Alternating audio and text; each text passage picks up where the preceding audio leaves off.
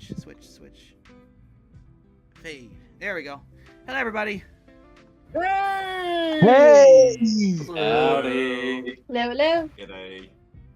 What's Hey, up? yeah. There's a lot of Russian people in the chat today. Yeah, just look at the chat. What time is it in Russia right now? Hold on. Russia time. 2 a.m. What are you doing up? Why are you all here? Go sleep. Oh, the Don't EST. be like rebooted and stay up for 36 hours. 4 hours. Okay. Dude, the EEST. I'm making some quick last minute downloads, and then we're gonna get started here talking about the process of all this. Okay, got it. Upload and I'll Here, download. zip file. Go. Yep. Go. Upload it. Go zip file. Go. Okay. Oh, I forgot to change the overlay color on that. Hold on. Boop. There we go. Okay. Hello, everybody. Welcome to the behind the stream. Hey, that's a good name. The behind the streams of XJ9 and the Cat.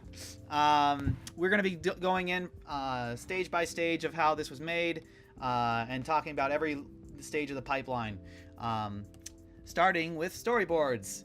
So, before we get into it, though, I'm gonna do a little bit of a buffer and just check out the chat if there's any like quick questions or anything like that before we jump into things.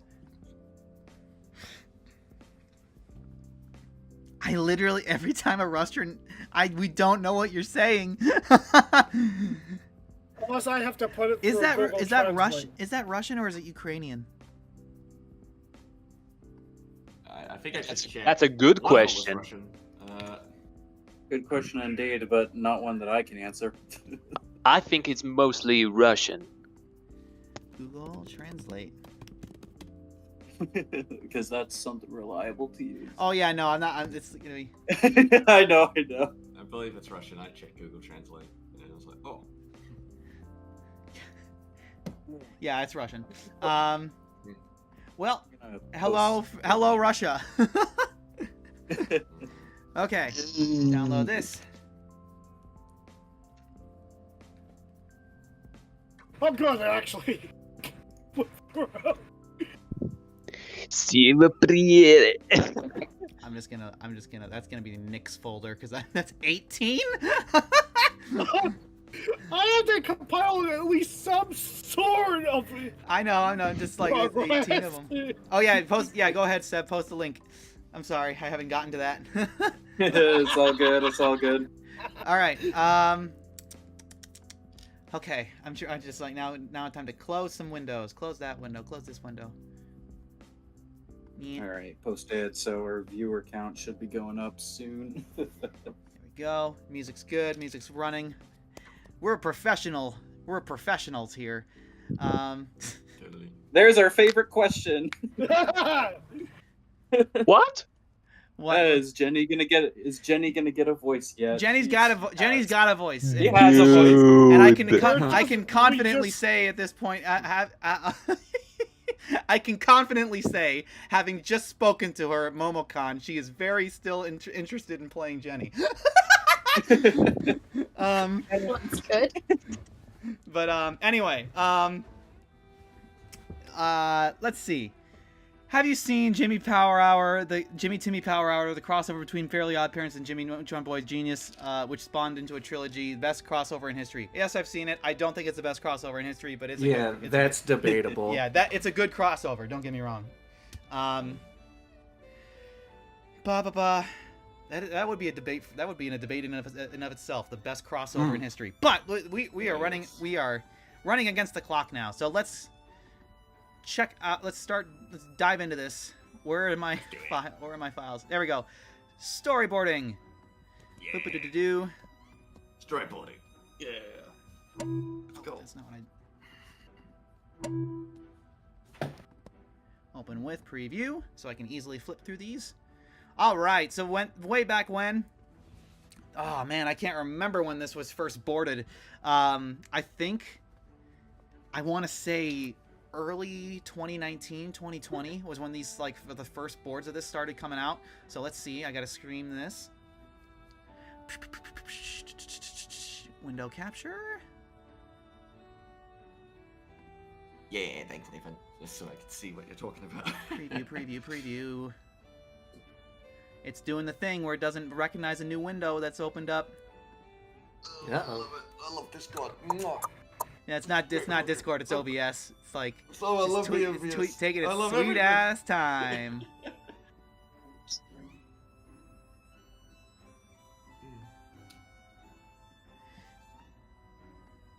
How will we see what? I'll stream it over there too. There you are. Okay, brilliant. There we go. The first boards of this was drawn up by someone named James and Sean. Like I realized that while I'm downloading that we did make an oops. Sean did actually contribute to the storyboard, so oops. Sorry, Sean. Dang, get screwed over, man. Sorry. Apologies, 6R7. It's all good. But yeah, this was way back when the first boards of the scene came out, when we were first plotting out Activation Day.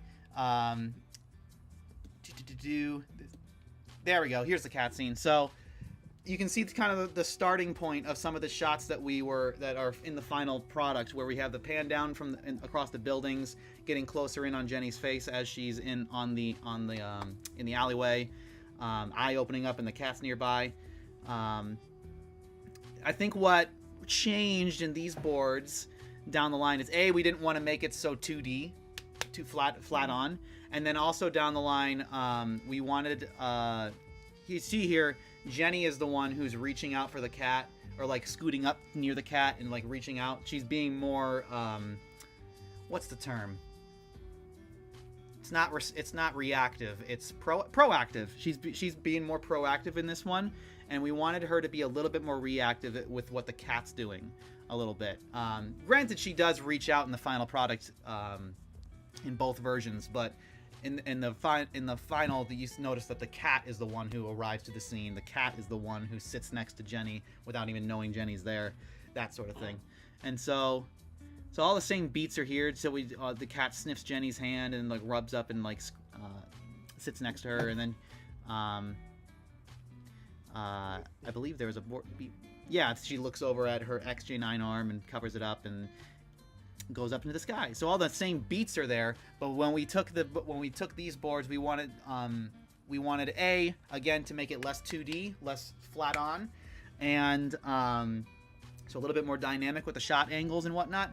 And also we wanted Jenny to be more reactive and wanted the cat to be the one to kind of start approach her and whatnot. So let me drag those up because Whose boards are these? Are these Cake Man's boards? Yeah, it was No. Cakeman and Sean. It was halfway through. It went from Cakeman to Sean, James and Sean. That was way long ago. yes, that it was was a like very- 20. Very. That was long. like Yeah, that was 2017, like- 2018. I don't know if that Holy was. shit, yeah. That was when they joined. I don't know if that's when these boards were drawn, but it was a long time ago. Yes. And because then when we 2019. right, because that you could tell on those boards that was back when everything was still 4x3. We were still going retro and making everything 4x3. So we wanted to at some point we did a vote where it's like, hey, do you guys actually want it to be 4x3 or do you want it to be 16:9 update? And everyone and their mother, that was like a crushing poll where it was everyone, the entire audience base, I would say 95% of the audience went, make it 16:9. What are you doing? And so Guys, we're gonna go 4x3. I remember that vote.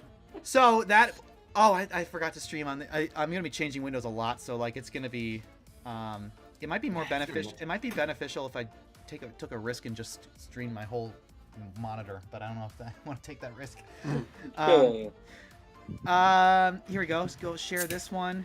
I'm not gonna play the audio with this because it's copyrighted music. Although granted, I don't know how well this royalty-free music is gonna go that's playing right now. But let's see here. Let's get this one. Quick time. Come on, OBS. Detect the new window. This is going to be the thing that slows down the stream, is just OBS detecting new windows when they pop up. Which is why we plan ahead, folks. Well, no, it's just like it's just OBS taking its sweet ass time. Come on. Here, you know what? Let's go to this window. There is no link in the description right now. Let me kill that. Bye-bye. And let's do this one. Here we go. Nope. This one. Why isn't it popping up? Quick time. This is difficulties. Yeah. It's like I'm seeing. I keep clicking the. Okay, you know what? Fine. How about a brand new one? New media capture. No, not window capture. Actually, let's do media.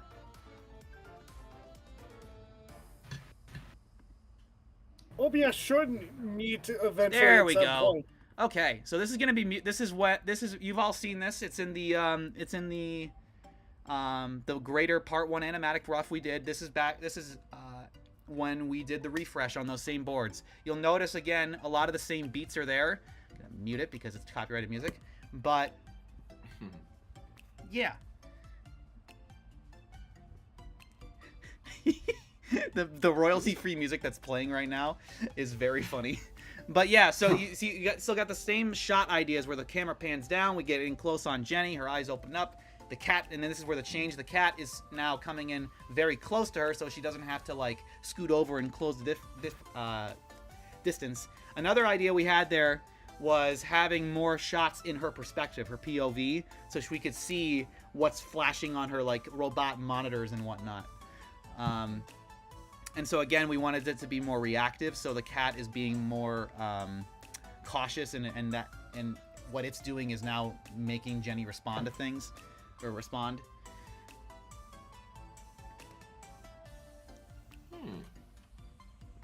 Remind me, who did these boards again?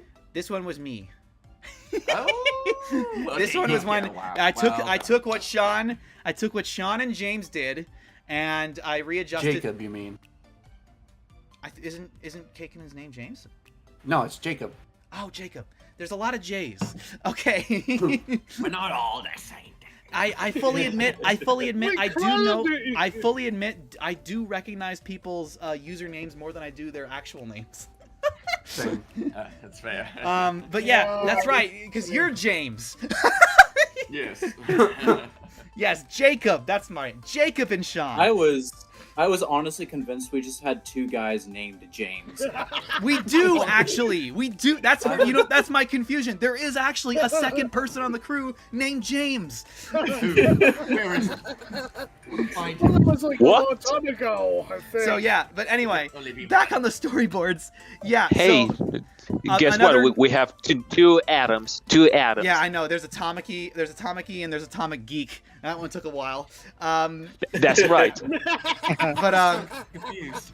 But anyway, Yeah. another note that we wanted to do for the storyboards on this is that not only did we want to do more dynamic camera angles and whatnot, but we also wanted to push in closer and closer to get the more subtle acting emotions out of both characters. Because as you'll see when we get into, we're not there yet, but once we get into the rough animation, a very key detail that we wanted to nail with this was that we wanted the cat to almost always be moving, like something on the cat was always shifting or twitching, or like it's breathing or something.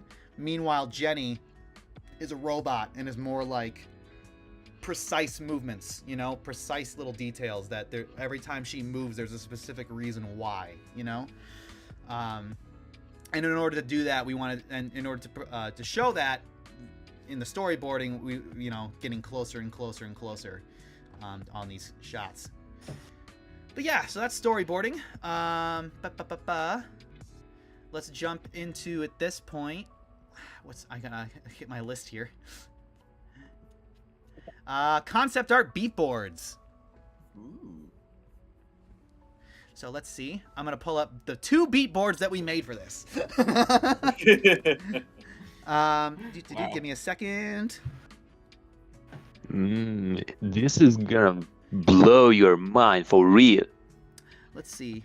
Got that one. We got this one. Oh no, we got 3 beat boards. My bad. Although No way! What?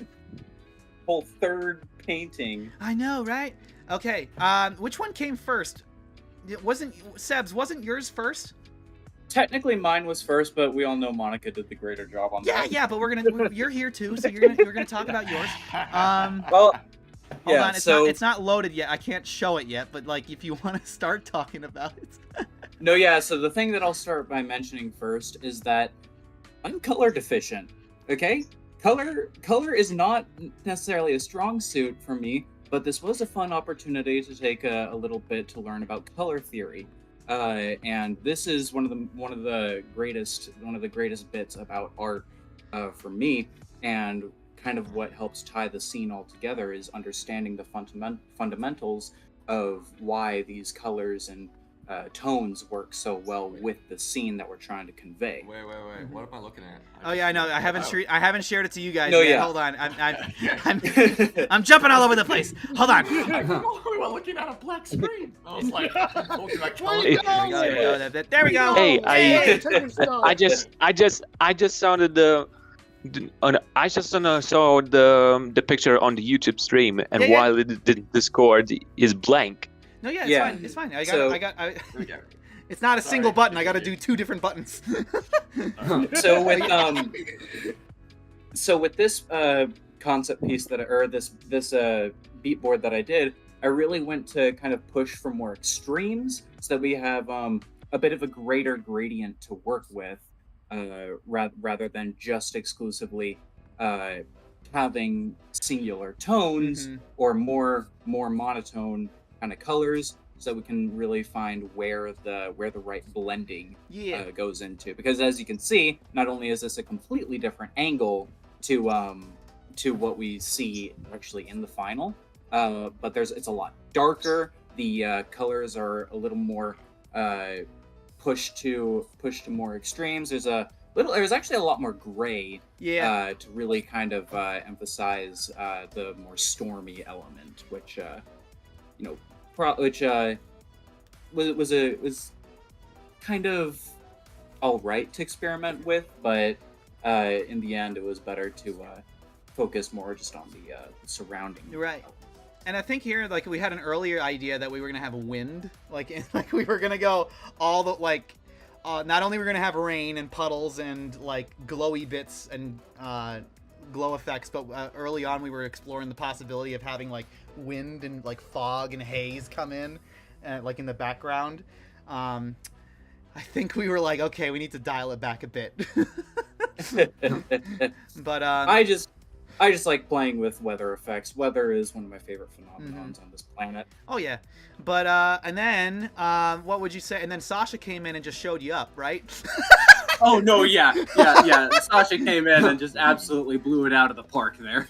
But that's kind of what the point of these beat boards is supposed to be. Right, exactly. They're just a basis to refine and Right. fine tune. Yeah, it's all quick explorations. It's not meant to be like grandiose posters and whatnot. Like it's meant to be like beat boards are just dashing out the concept so we can get like a visual idea of what to go for before we jump into character design and color design and background design. No, yeah, and you can even see in the jump from my quality to her quality, you can still see kind of the some of the grayer elements that I did put in there. Even the top glowing bit, you can still kind of get the feel for the colors that we had picked out there. It's just really, even though it did start completely different, that's just kind of what the whole process is. We start with something, we find out what works best, and eventually it does just come together really, really nicely. And Sasha absolutely blew it. Just did a phenomenal job capturing the exact vibe that we wanted. Oh yeah, absolutely. I think this is when Sasha came up with this art piece. This is when like the vision started coming together. Like Exactly. what we were going for. And then we have one more beat board to look at, but it has nothing to do with the overall like scene, and more so to like a concept art by Atomic going over the Jenny's HUD, the graphic display. Granted, that background is a spoiler alert. Is like we did that background design and just slapped it on there so we could have something to design off of. But yeah, this was. Am I correct? This was done by Atomic? Yep. Yeah. Do you have anything? Do you have any commentary? Do you have any commentary on this, Atomic? Not much. I only try to take. You show us a sketch about how you want to see the HUD, and well, I just trying to put that more in a very sci-fi style. Mm-hmm. Yeah, I think it can work, but the final was completely amazing. Yeah. But yeah, and so those were basically the 3 beat boards concept art things we did before we started jumping into actual character and background design and color design. So let me get that stuff loaded up. Give me a sec. I think the first thing we're going to talk about is character design, and and I'm sure a bunch of people are out there are wondering, what do you mean by character design? Jenny's already designed. Sure, she sure is, but the cat wasn't. So, so this is talking about the character design surrounding the kitty cat. Now let's see. Get these up. Because first we had the inspiration. This part was really fun to watch. I'm still loading up everything. Give me 1 second. There we go.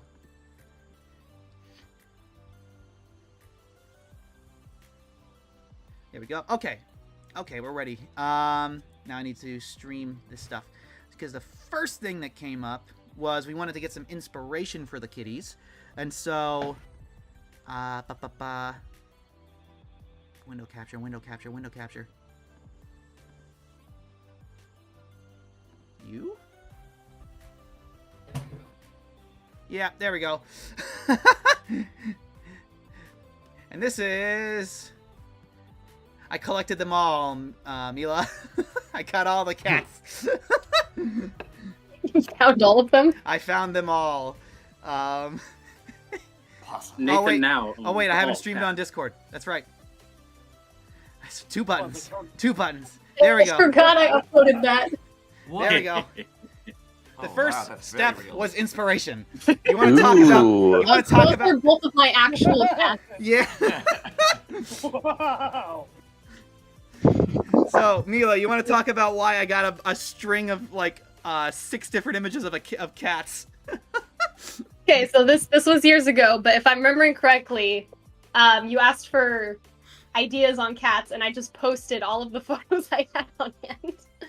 So the 2 cats you see at the beginning there are the 2 cats I have right now, my babies, and then I posted another one of an elderly cat, which is one at my parents' house, and then all of those kittens you see and that black cat, those are all just strays that were all around my apartment complex, so I figured they'd make a good baseline for the stray in Jenny and the Cat.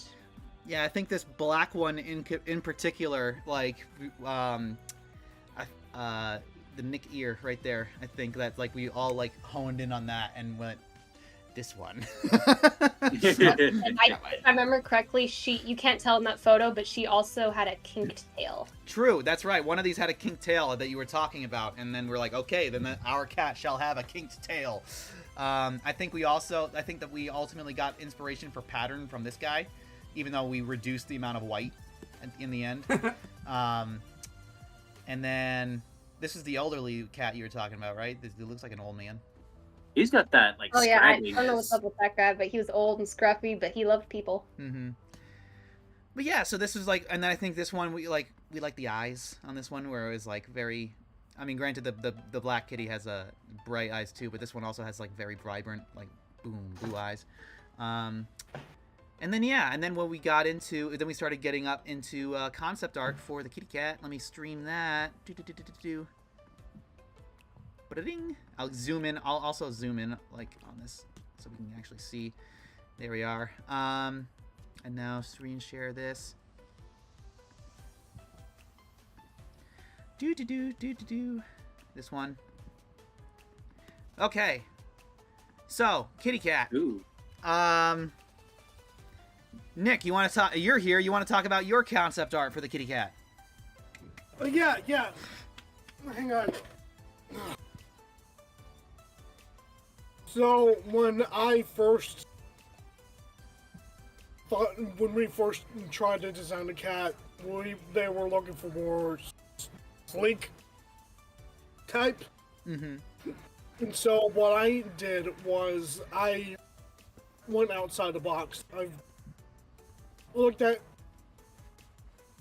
Excuse me, I got peanut butter in my mouth. Hang on.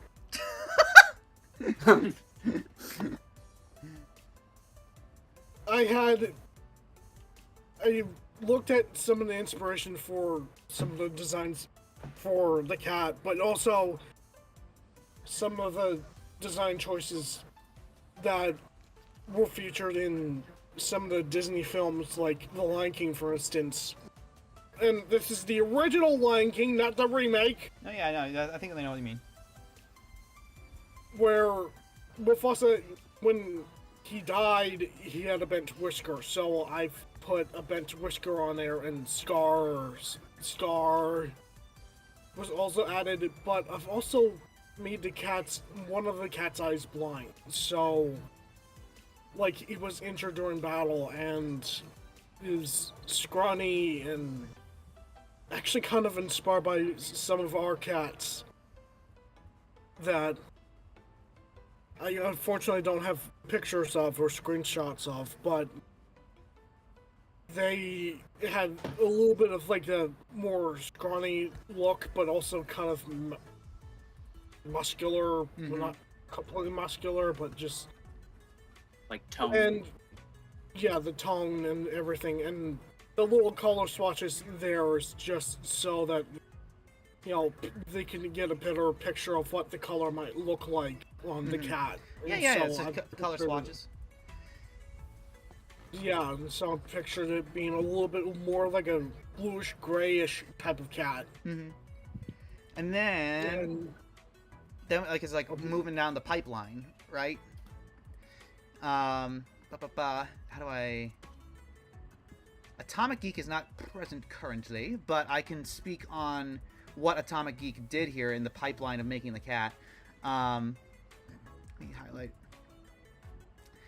To what Atomic Geek really brought to the table, from you can obviously see, is like Atomic Geek really nailed the head shape that we were going for. That's kind of like roundish diamond that that made things pretty close to rebooted Teenage Robot style, and even went the extra mile of doing an expression sheet of like exploring how we could get this cat to emote, even though wasn't going to be a lot of emotion on screen. And Atomic Geek based their design off the classic that type of clock that has like the 1950s kind of black and white. It's almost like Felix the Cat.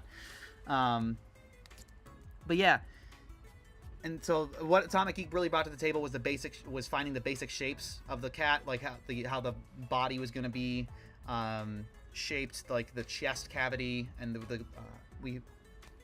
how the back was going to form a little bit. That was kind of all the early stages in Atomic Geeks. And then moving down the line, up here, we had Mila's first pass at the cat, or the additional pass. Mila, do you have any commentary on this design that you've made? I was mainly just trying to mess around with how to keep things simple to draw, you know, keeping in with Teenage Robots, basing off shapes, lines connecting, that kind of thing.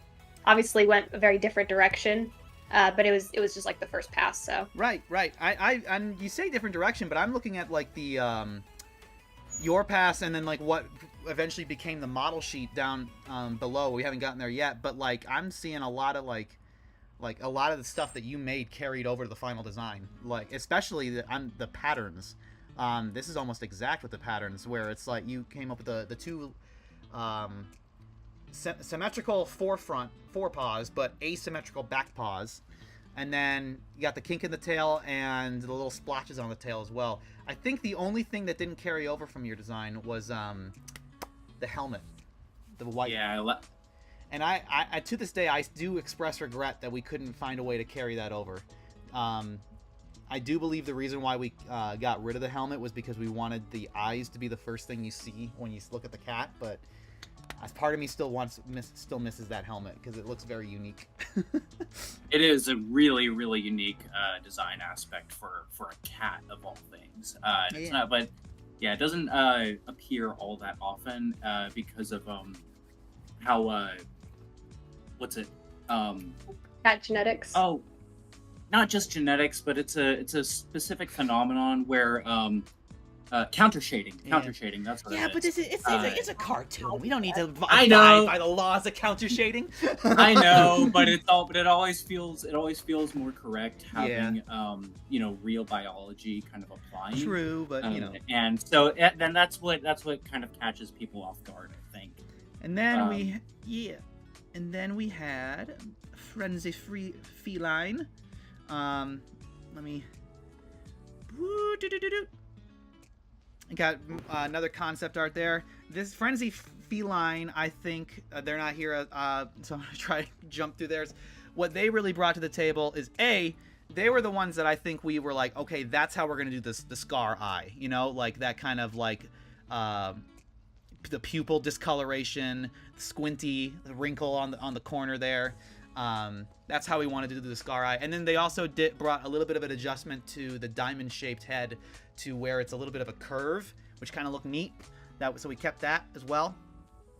I think my character design also had that as well, with the eye discoloration. True. I think, yeah, that's true. You're correct. Yeah,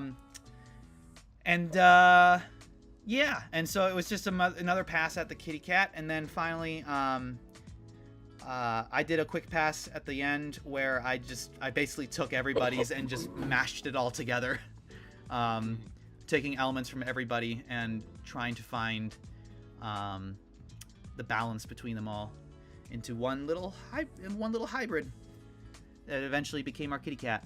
And then you have some explorations there of the different head patterns and whatnot. There's again the helmet shape that we were trying to keep. But yeah, that's all. That's the. What's that? What's up? Beeper asks, how quickly did this whole design process move? Oh, designing the cat, I would argue, I think maybe took a month, maybe 2 months. I feel like it was spread out over the course of a lot of other things happening. Right. It's not like we had multiple meetings about, okay, what is this ear gonna look like? It was more like it was so in depth. Yeah, Most of this we did our own time. Right, because at the same while the cat was also being designed, the background was also being designed. I believe the newspaper was being designed as on top of that. So it was like, when I say the cat took about a month to 2 months to design, it's more like the entire concept art process took about a month, 2 months. All right, to get down.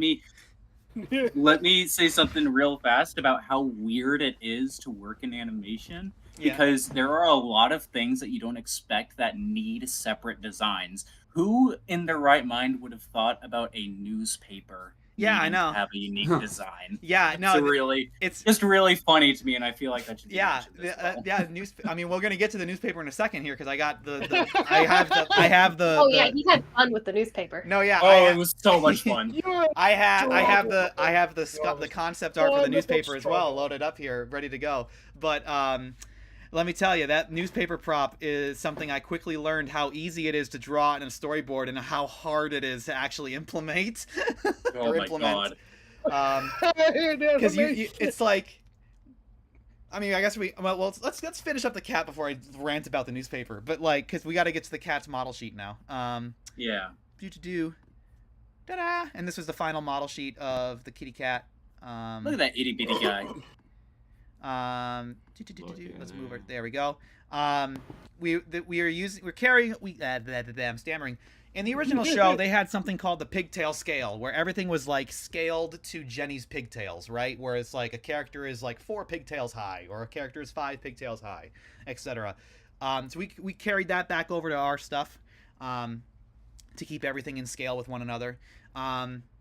in reality, the pigtail scale is also, you can call it Jenny's head scale, because her circular head is the exact same size as a pigtail. But pigtail scale rhymes, so that's more fun. But yeah, that's another thing that you quickly learn about making an asymmetrical character, is all of a sudden you realize you have to do a complete turnaround because it's asymmetrical. And there's no cheating anymore. You know, you have to do a full 360 spin. But yeah, this is the cat's base colors, by the way. This wasn't the color like how Jenny's a turquoise blue, for instance, or like a teal turquoise blue. Jenny is. The cat is kind of this grayish brown kind of tone, almost like a charcoal. Brownish gray. Yeah, grayish almost brown. like a charcoal black with some faded tan splotches. But in the final short, of course, because Teenage Robot colors, it comes across as blue and with white patches. But yeah, so that was the final design of the kitty cat. See, that's the hilarious thing about color for me, because I had mentioned that I am color deficient. You said that like tan color. I do not read tan at all. I have no idea what to call those splotches, what color to call those splotches. Yeah, that's the thing. I have no idea what my brain wants to call that color. Oh. I want to say almost like eggshell. Oh. Sort of. I mean, Okay. eggshell works. Yeah. It It's depends on the it's type a- of eggshell, I guess. I guess if we're talking about like a sparrow's eggshell, yeah. But it just yeah, that's the weird thing about color for me. At least I think a So, sparrow's egg. that's why I don't.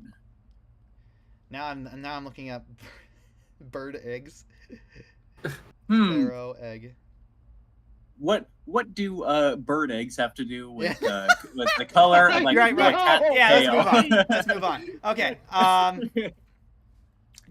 What's next on the docket? The newspaper. Oh boy, the newspaper. Let me load that up. Do people even read newspapers anymore? Probably not. But the newspaper was, it's That's one why of it's those, in the garbage. It's there. That's why it's in the garbage. Or good for cat litter. Newspaper. Here we go. Okay, so the newspaper, and then I'll stream it on the Discord thingy too. Did we lose our background music? Hold on. Oh yes, we're still watching. Thank you. Please continue. There we go. Okay, so the newspaper, the glorious, glorious newspaper. Yes, it's one of those things that you quickly learn that is so easy to sketch out in an animatic and be like, oh, this would be so sweet, so like cute looking. How Jenny's like trying to cover herself and protect herself from the rain by using a newspaper, you know, like just like as a blanket. And then then when it's comes time to design the newspaper and animate the bloody thing, you suddenly realize, oh, newspapers have words on them and pictures on them, and she's not just like reading it like a book where it'd be like nice and straight and neat and whatnot. No, she's using it as a blanket. So there's gonna be crumples and folds and like creases, and then you realize, oh no, we gotta animate this, don't we? And it has to make sense. Yeah, and it has to Otherwise look good, so it's not jittering all over the place.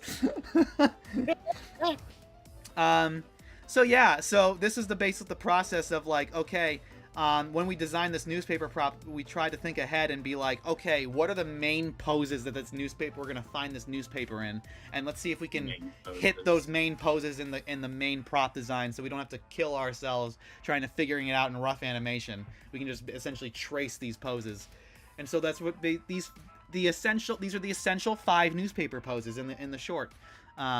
Here's what they look like when they're cleaned up, with no effects on them.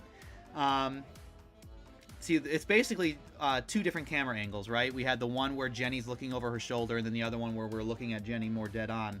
And this is just different stages of her arm being raised or lifting the newspaper. And then, of course, because we had to go above and beyond, or rather I had to go like, oh, it had to be all extra. We have stains on the newspaper to make it really like feel like it's wet, right?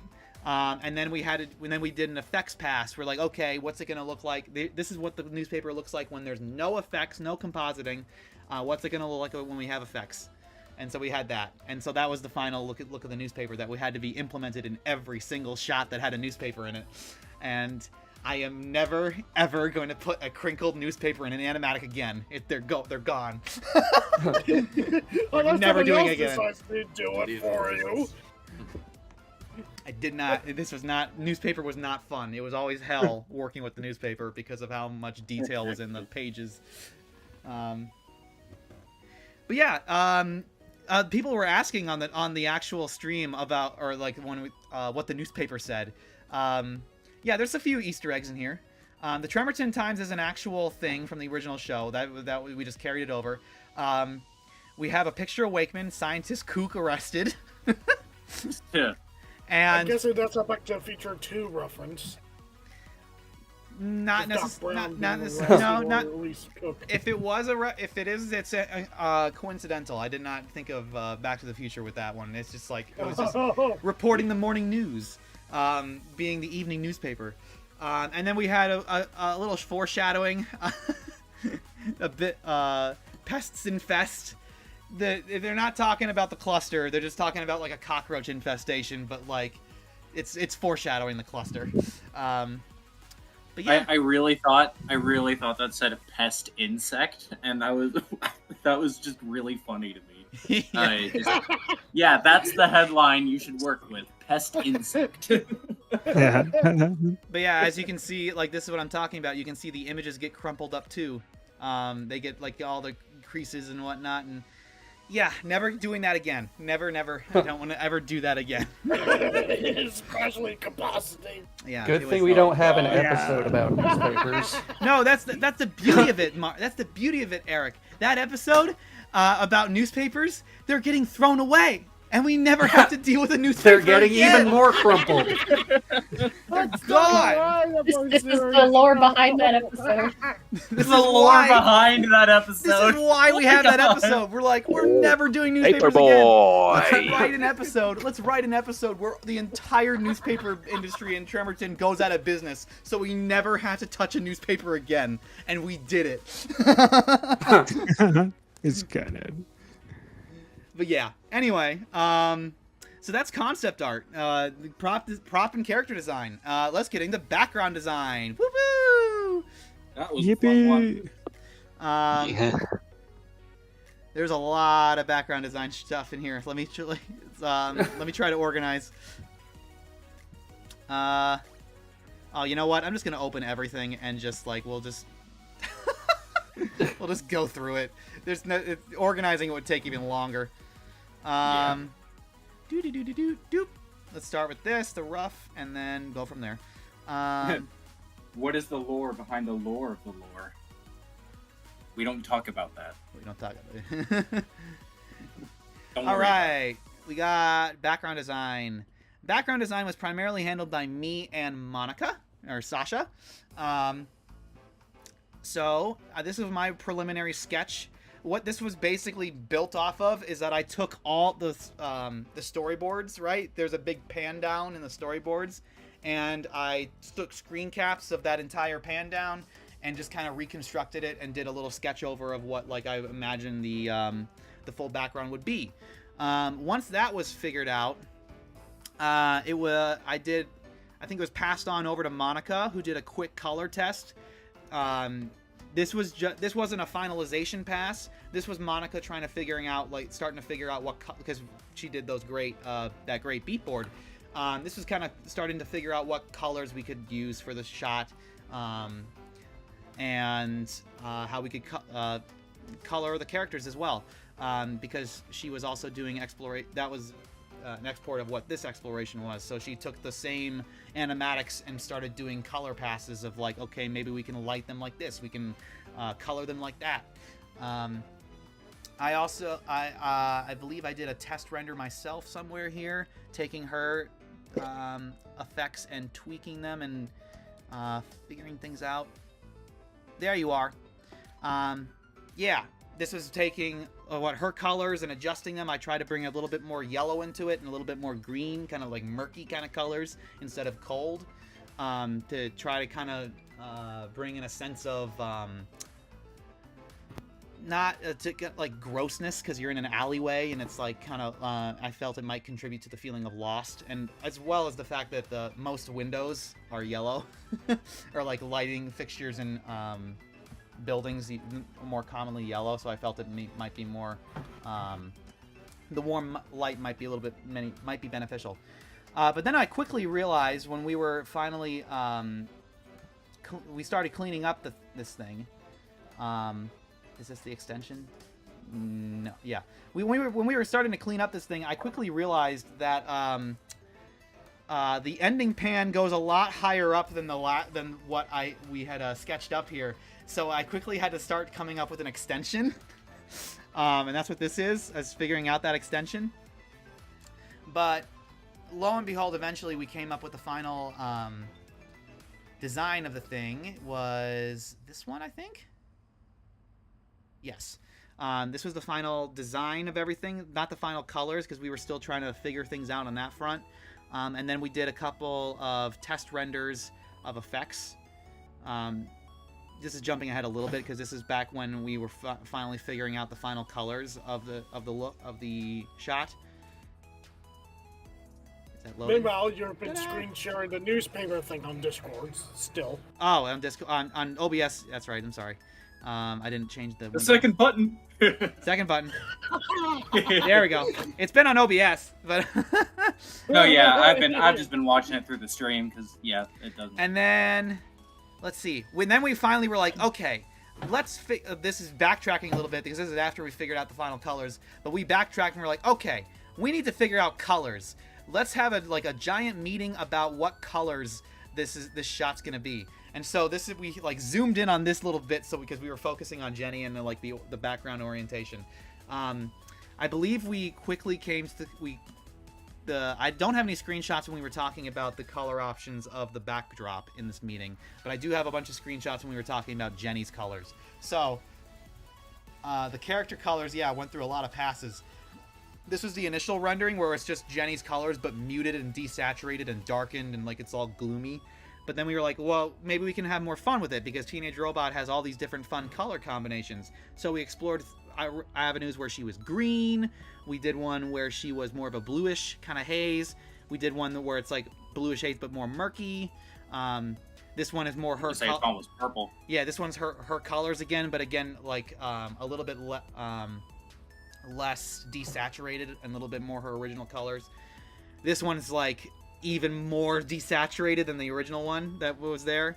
And then I think we eventually, this was like a halfway, this is like the green, but like halfway, kind of a halfway point into the green. And then we brought in, we were like, oh wait, there's a second character in the scene, the kitty cat. So we had to like start going these processes. This is when we finally started to nail down what colors we wanted, because the little 1, the 2, this is when we voted on which one we wanted.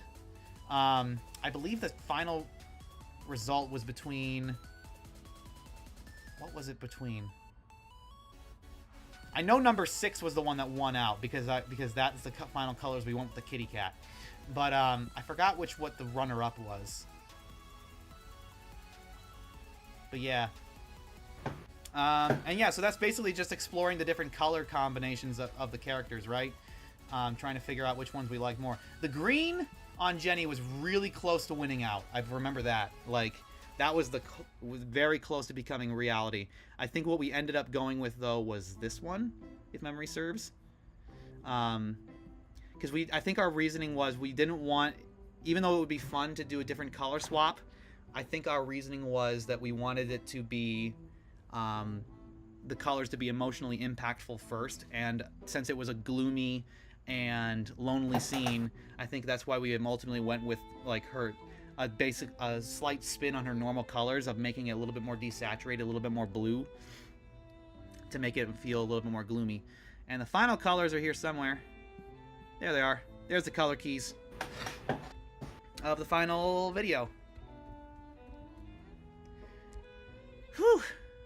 But yeah, so that's background design and color design. I know I talked to your guys' ear off on that one, but like that, yeah, it was basically me and Monica doing all that, the color work and the background design and whatnot. And then we had that final meeting where we discussed the color. Huzzah!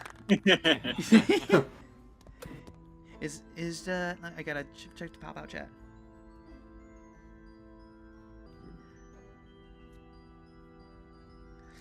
And I think that is the entirety of the design process, right? We did, or at least I mean we touched upon the graphic design, but we'll get back to that later on when we get to the animation side of it. But like now at this point we had the boards, we had the design, we had the model sheets, we were ready for animation, correct? Yeah. Yeah. So, Rough animation. Oh boy. Okay. This, I don't know how I'm gonna fucking showcase this stuff. This is gonna be video after video after video. Yeah, everyone's favorite. All right. How do we want to start? oh god. Okay, there's got to be a way I can easily showcase this. Shot 1, shot 2, shot 3. Oh man. Yes. Oh man. Oh, the leg kick. Oh yeah, the leg kick. Here, maybe I can do this. Is this work? I think I found a solution. Can I do a window We capture go over of Finder? Why not the best overall rough animation, like the number one? The I mean, to-do list. Ah, I figured it out. We can do this way, so I don't have to load up every single freaking video of this thing. We can just do this easy to like Finder window. Yeah, yippee. There we go. All The right. to-do list. Right. oh, Oh boy. There we go. the atomic keys. Yeah, but I'm also I gotta find there's one I forgot to add in this file. 1 second. Here we go. Let me throw this in quick. No, not that. There we go. Okay, we're ready. Okay, so this is the rough animation stage. I mean, there's some shots in there that look clean, but there's a reason why they're clean. They're in here.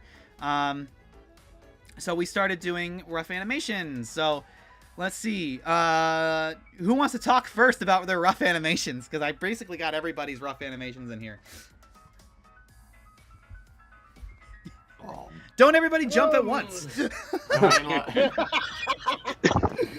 That's the one you I put wasn't open. here for this part, so that's on you guys. I'm a little bit concerned, but because I actually started this before. I mean, right as we were just getting serious about animating the whole entire thing, so I guess I kind of can go first. Yeah, let me load up your stuff. Hold on. Ba-ding. Okay, and now I can switch windows quick over to here. This one. There you are. And hopefully, And then get this one. these index cards do There we me go. Oh, justice here. And XJ9 and the cat. There we go. Okay. Go for it, Nick. Okay. Alright, so for the shore, I did shots 8, 10, 12, 16, and 20. And the thought process was that, you know, she's curious about the cat, you know, what the cat would do and everything, but was also cautious and scared since Saoirse tells her earlier in Activation Day people animals are soft. So to me, just having the character think about what they were wanting to do is very important, and the character acting is very important in animation, and I think because it helps to relate to the audience. It helps the characters. It helps to relate to the audience a little bit. So planning out these shots were kind of beneficial. I've taken the animatic and basically had that thought process going through with shot 8 being, you know, hesitation. What is that going to look like? And I did a couple of passes to where the shots were where the hesitation starts. Like, she reaches back, like, I'm not sure about this, without actually saying I'm not sure. And then shot 10, I've noted this as hand reach number 1 on my card, because this is the first time that she reaches out. And shot 10 was one of the difficult shots to animate because of the hand. I had trouble with how the hand would move, and then Nathan, with his notes, suggested, why not just animate the hand first, get the timing of it right. And so I decided, let's try that, instead of doing, because some of the earlier passes of shot 10 were the fact that I drawn the hand a bit too, like, it was, I guess, too stiff. And so shot 10 had a lot of notes taken on that, to where now the hand, but first of all, it wasn't the full hand, it was just the palm of the hand, and, the basic structure, and then going back in and one by one adding in the fingers and the thumb, and try to rotate it to where it actually gets the motion going. Shot 12, I had what is where she recoils due to the cat hissing, and she gets scared because she doesn't want to hurt the cat. She wants to actually, feel it without, crushing the bones. Because, again, people and animals are soft, as Tira says in Activation Day. So that became a thing where she just like, yikes! I'm sorry, without, any dialogue. You can really think with pantomime what the character's thinking. It's like, okay, so she recoils. And that was kind of difficult because I had a difficult time trying to time it, frame-wise. Should I draw this with 2s, or should I draw this with 1s, should I draw this with 3s? How am I going to do this? And then Nathan also suggested,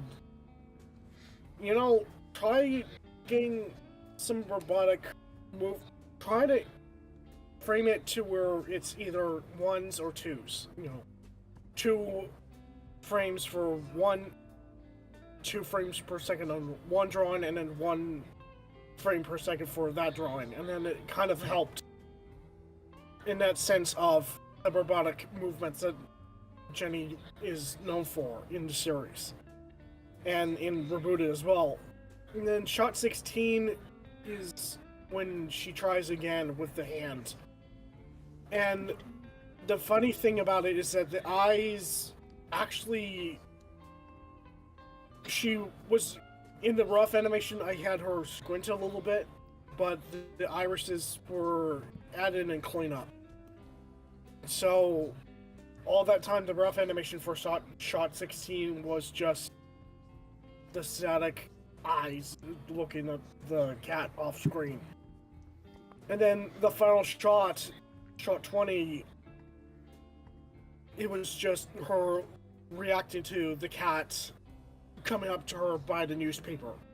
So what I did was, based it off the storyboard again, or at least the animatic, and tried to yoink, try to see where the movement lies in her reaction to where the cat was going up, where the cat was going. And so, again, the 2s and 1 frame, the framing of this, frame per, because the animation is 24 frames per second, or sometimes 25 if you're in international countries. And so sometimes 24, 12, or sometimes it's like the frames per second. And then trying to animate that really was kind of hard, but not that hard. It was just as simple as, timing it again and again. So the character acting on that, I've actually kind of felt relieved on, you know, not animating the cat, because the cat was very difficult in 1, and 2, I hadn't mastered drawing quadruple animals yet, so that became part of the process. And with these shots that I did, I think I've learned a lot from it. And so, yeah, those are some of my thought process. Yeah, you can kind of see even like how you improved on a lot, like just going through all this. Because like, check it out. This is, I think, your first pass on shot 10, for instance. Right? And then down the line here, I think this was your final pass on shot 10. Like that's a huge difference, right? Because this first version of it, the head's not moving at all, and the arm is kind of off camera here, leaving this. Because I didn't know how I would animate the hands. Right. But I'm noting like it kind of the main problem with this is that it puts all the movement into the lower right corner and kind of leaves this giant space of nothing, like nothing happening. Meanwhile, when you got back down here to the final version of it, not only does the hand come up and like swoop across the camera, so it's a little bit more interesting, but as it's happening, you added a blink and some movement here in the face, so it's not just like a stagnant statue and like the only thing moving is in the lower right corner. Once again, it was thanks to your notes and your contribution to how I would do the animation process from story forward. Well, it's all collaborative. But that being said, we have a lot more rough animation to get to, so let me jump ship and get back to the other files as well. Quick. That was Nick's stuff. Here we go. I wanted to... it was just easier to download your file and just have it separate instead of copying and pasting them all over. So it was just like... Alright, let me get screen share this. Come on. There you are. Ba-da-ba-ba. There we go. Okay. So we had a lot of rough animators on this project. I wanted to showcase some of the ones that aren't here yet, or aren't here right now. Let's see. We had Philip did a couple of rough animations for this one. This is one of his. Philip also did this rough animation. And Philip was also did the starting stages of this shot. I believe Monica took over after Philip did this one. Because Philip was having trouble figuring out the cat walk cycle and what the cat was going to do, as well as just running into life struggles. So they, after starting the shot, they had to step away and focus on life. At which point Monica took over, and I just realized I only downloaded one shot of Monica's, and I wanted to get all of them. Give me 1 second as I do a sweep. Here, as I search for that, Atomiki, do you want to talk about how you blindsided us with this one day? Yeah, this was absolutely insane to just drop on us. Just one day, just boop, there it was in the chat. Like, what the fuck was that? Yeah. That was pretty cool, man. That was pretty cool. Okay, let me explain my thing. Yeah, go ahead. I was in charge of all this butterfly thing, you know. I tried to abstract Jenny feelings and experimenting how she developed them with the butterfly symbols. But, you know, that were not originally intended to be a part of this short film. I did this because I made a little tribute to Akira Toriyama because he passed away this year. Yeah. And his work meant a lot to me personally. And I'm very happy that this could be part of the final short. Yeah, go ahead. I thought you were done. Go ahead. Okay, I like it because the idea fit quite well with the very concept of the short film about Jenny having this moment where she is self-conscious about her existence and her feelings. I think it feels very well. I absolutely agree. Like, I think what blindsided us was how it just wasn't a part of the original boards. So you just came in here with flying colors and went, "Hey everybody, look what I did!" And it was like, "Whoa!" Because I think what was it? We were having difficulty trying to figure out how we were gonna start the short film, right? Because we could technically just go, you know, opening shot, pan down, but you know, we were kind of because it was kind of pacing wise, it was kind of built upon the prior scene of the butterfly getting crushed and Wakeman getting in prison and whatnot, or getting sent to jail for the night, and all of that. Of course, we didn't have time or like the resources to animate, unless we wanted to put this on hold for another couple years.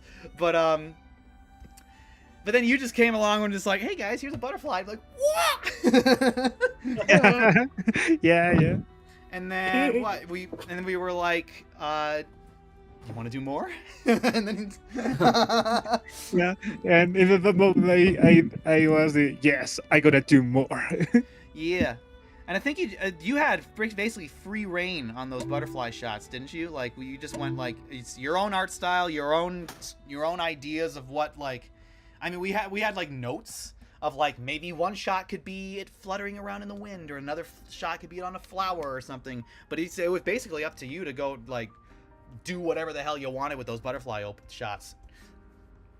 Yeah. It was very.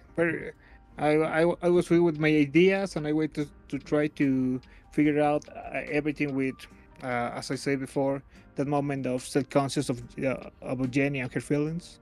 It was a lot of abstraction, and I tried to keep the main idea with the butterflies. In fact, I'm trying to find. I didn't really properly. They were added so late in the game. I don't think I ever added their proper labeling system. I'm trying to find. Oh, here I found some more. Yippee! Huzzah. I think this is the SWAT, right? Come on. Yes, it is. Perfect. Okay. Got it. This one. These are more cleaned up, but like, you know, we're in the mood talking about butterflies, so it's fine. Where'd you go? Okay. Here we go. So yeah, this one was one of them that you did. The swarm of the butterflies. Oh, the swarm. Well, in this part, with the swarm, I was trying to show a little bit of anxiety, you know, because you know the butterflies are beautiful and all thing, but when you have a lot of butterflies, it's something that's overwhelming. So like, yeah, you said anxiety, like it's kind of like a little bit. There's so many of them, it's like overwhelming. Yeah, exactly. Cool. And then this one was a really cool one. This one I wanted to highlight. The guilty shot. Bam. Yeah. The thunder and everything. I wanted to go. Can I go frame by frame with this? Hold on. Nope, I cannot. I can only go frame by frame by scrolling. Yeah, it's the effects are so cool with the lightning strike forming Jenny's hands, and then these frames, like this is crazy. Ooh. Yeah, the impact frames. The impact frames, and then like it flashes towards you, and then like we blended that together with the background and the compositing, which I can get into later. But like, oh yeah.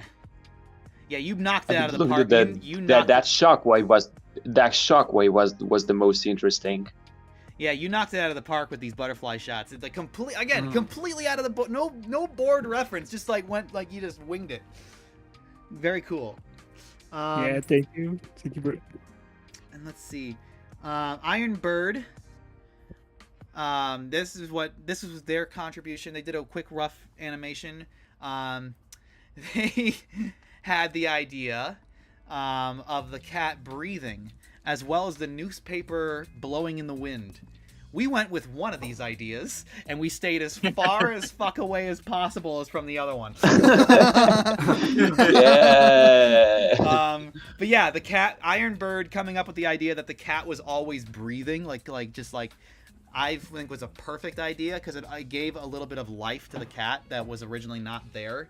The cat had a couple of instances where where it was just like sitting there, not moving, and again, we wanted that dichotomy where Jenny was the one who would like freeze, being a robot every once in a while. Meanwhile, the cat, being the organic being, was always has something moving, whether it be like the whiskers blowing in the wind, or the breathing, or like the ear twitching, or like the eyes flickering, or something. We always aimed for something to move on the cat when we could. Obviously, you couldn't have it jittering 24/7 because then it would look like it's on cocaine or something. But like, but yeah, Ironbird coming up with the idea that it was just subtly breathing throughout the entire scene. Very neat idea, very cool, and it worked out beautifully in the end. And then we have Monica's stuff. Like I said, this was so Philip originally did this pass of this shot, but had to step away due to just life, you know. So Monica took over and did a couple of trace overs and reworked it. Aw, and that's how that's where the shot really started to come together. This shot started to come together, I think, because it's like, gotta get that emotion that was like amplified. The curves. Yeah. The curves are coming into place. Curves coming into place, yeah. And then Monica also did this one. They did it on Flip-A-Clip. On Flip-A-Clip, of all things. Yeah. Beautiful animation. Loved how it turned out. Like when it was like essentially approved the moment she turned it in. You know what was a headache? Turning off that camera movement so we can like actually clean it up. That was like we had to like stop it from moving, so we basically had to like screenshot every single frame of their animation and rebuild it so it was like not moving.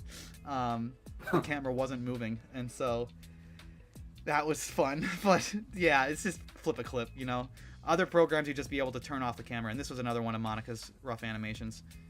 This is another just instant approval because it was like just really good. And then we have some of my rough animations. You know, I kind of went for the simpler ones. I didn't want to stress myself too hard. I don't think there's ever I don't think there's a shot here that took me longer than a week or two to get done. You know, I don't think there's a single one. Not to humble brag. This is just the close up of that, and then like the kitty getting upset, angry kitty. That is a very angry cat. That was T-Bone's suggestion, the nose lick. T-Bone didn't do any animation, but like the T-Bone owns a cat, and T-Bone was like, you should add it licking its nose after it hisses. And I'm like, okay. But yeah, there's no shot here. Yeah. Took me longer The than a realism. month. No shot at all took longer than a month. No sir. No sir.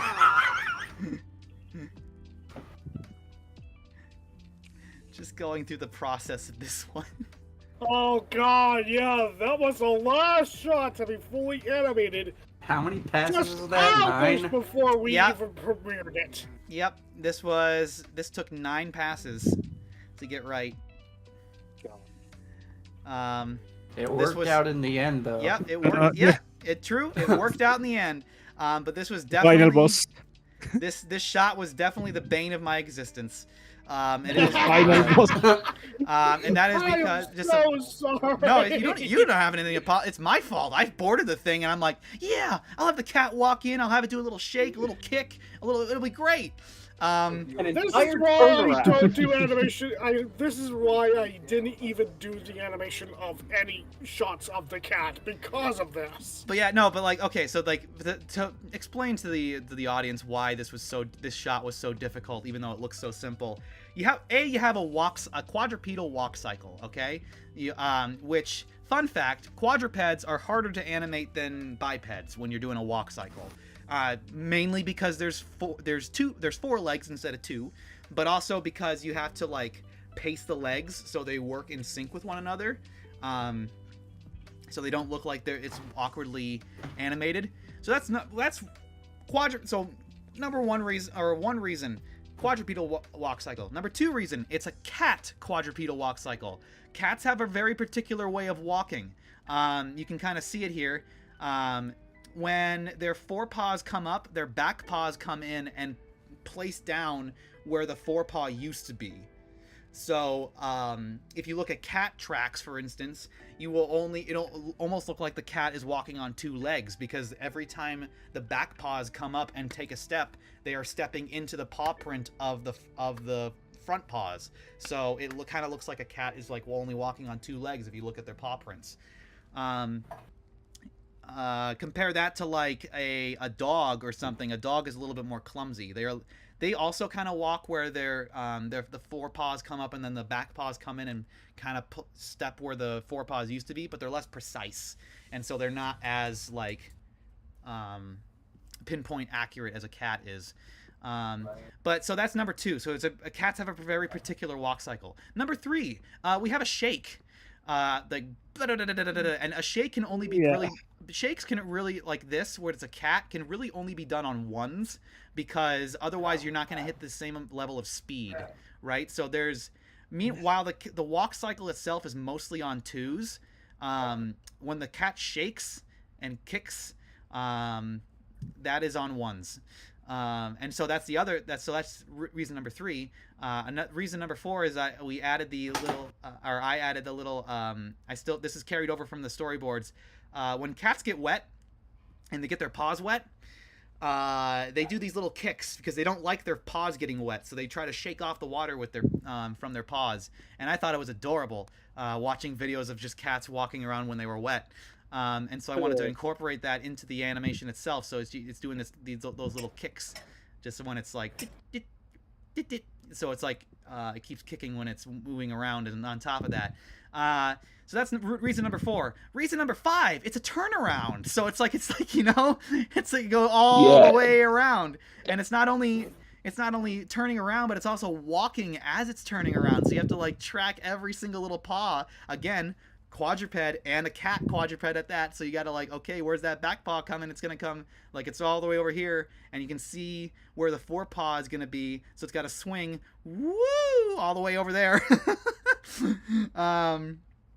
And then we have reason, that was number 5. Reason number 6, it's a sit down, little like lay down, like boop, come down. That one's not so bad, but it's just another thing like piling on in and of itself, right? All these things just piling on top of each other. And then the final reason number 7, why the shot was the hardest in the entire short, the tail. It's reactionary. It responds to what the cat's doing. It's like another character. Yeah. And it's got that kink in the tail too, so you can't make it a perfect wave. You got to always like keep in mind that kink is always gonna like be a stopping factor of whatever flow you're doing, and just kind of like, I mean, it goes with it, but it's like it doesn't bend at all. It's just like it goes along for the ride. But yeah, that's why that shot was the hardest in the entire. Well done. Looks great. I say it in take 5 was a nightmare. And then I forgot to talk about. And this was this was Raider's shot. Raider had the idea for the blink. I think this is actually her shot cropped a little bit, because I zoomed in a bit on the animat when I first did the pass on the rough cut, right? But this is her animation and whatnot that we used for the cleanup. But yeah.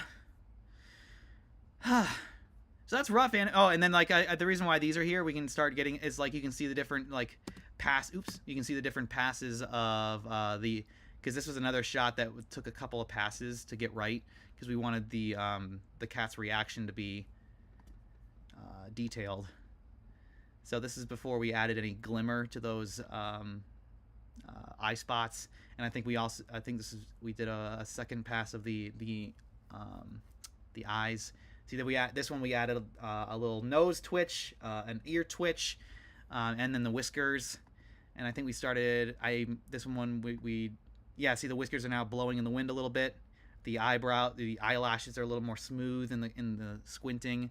I believe. Yeah, you can see the pupils are dilating and contracting, and then finally, I think this is the final one. Now you have the glimmer in the eyes going real quick, and all the little details of everything else. And I think this one also the head moved. Oh yeah, the head is subtly moving, like sliding to the right a little bit. But yeah, so you can kind of see all the different passes of it that it takes with this stuff. Granted, this was adjustments to the cleanup animation, but I added it in rough animation just because it's a good demonstration of all the different passes changes. But yeah, speaking of cleanup, woohoo! What Seb talked about earlier, stream is flashing. I just noticed that. Is it still flashing? She put that comment like 20 minutes ago. I know. I'm like concerned because I just noticed. No, I haven't I noticed anything. haven't noticed it flashing. It's fine to me. It's Okay. fine to Yeah. me. Okay. I've been keeping an eye on the stream the entire time. I haven't Okay, noticed good. anything. I also realized I haven't been checking the comments, so I did a quick little. Short is very well made. Let me take a quick breather before we get into cleanup animation, and I'll read the comments here. Yeah.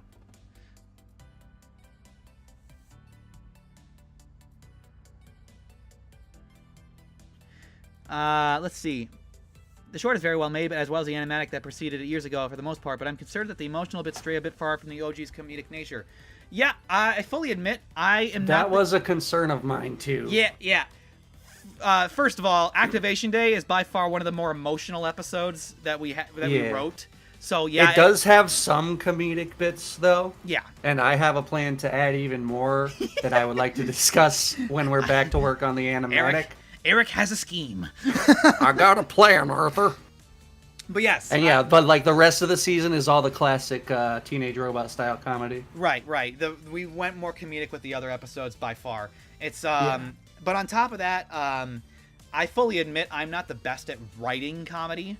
I am more. I mean, granted, I find my humor greatly derives in one-liners. Like that's where I find a lot of my humor. But I can't. But I'm not very good at writing one-liners. Not the best at it. What I find easier to do is visual comedy, slapstick, timing, editing, that sort of thing. That's where I find a lot of my comedic beats.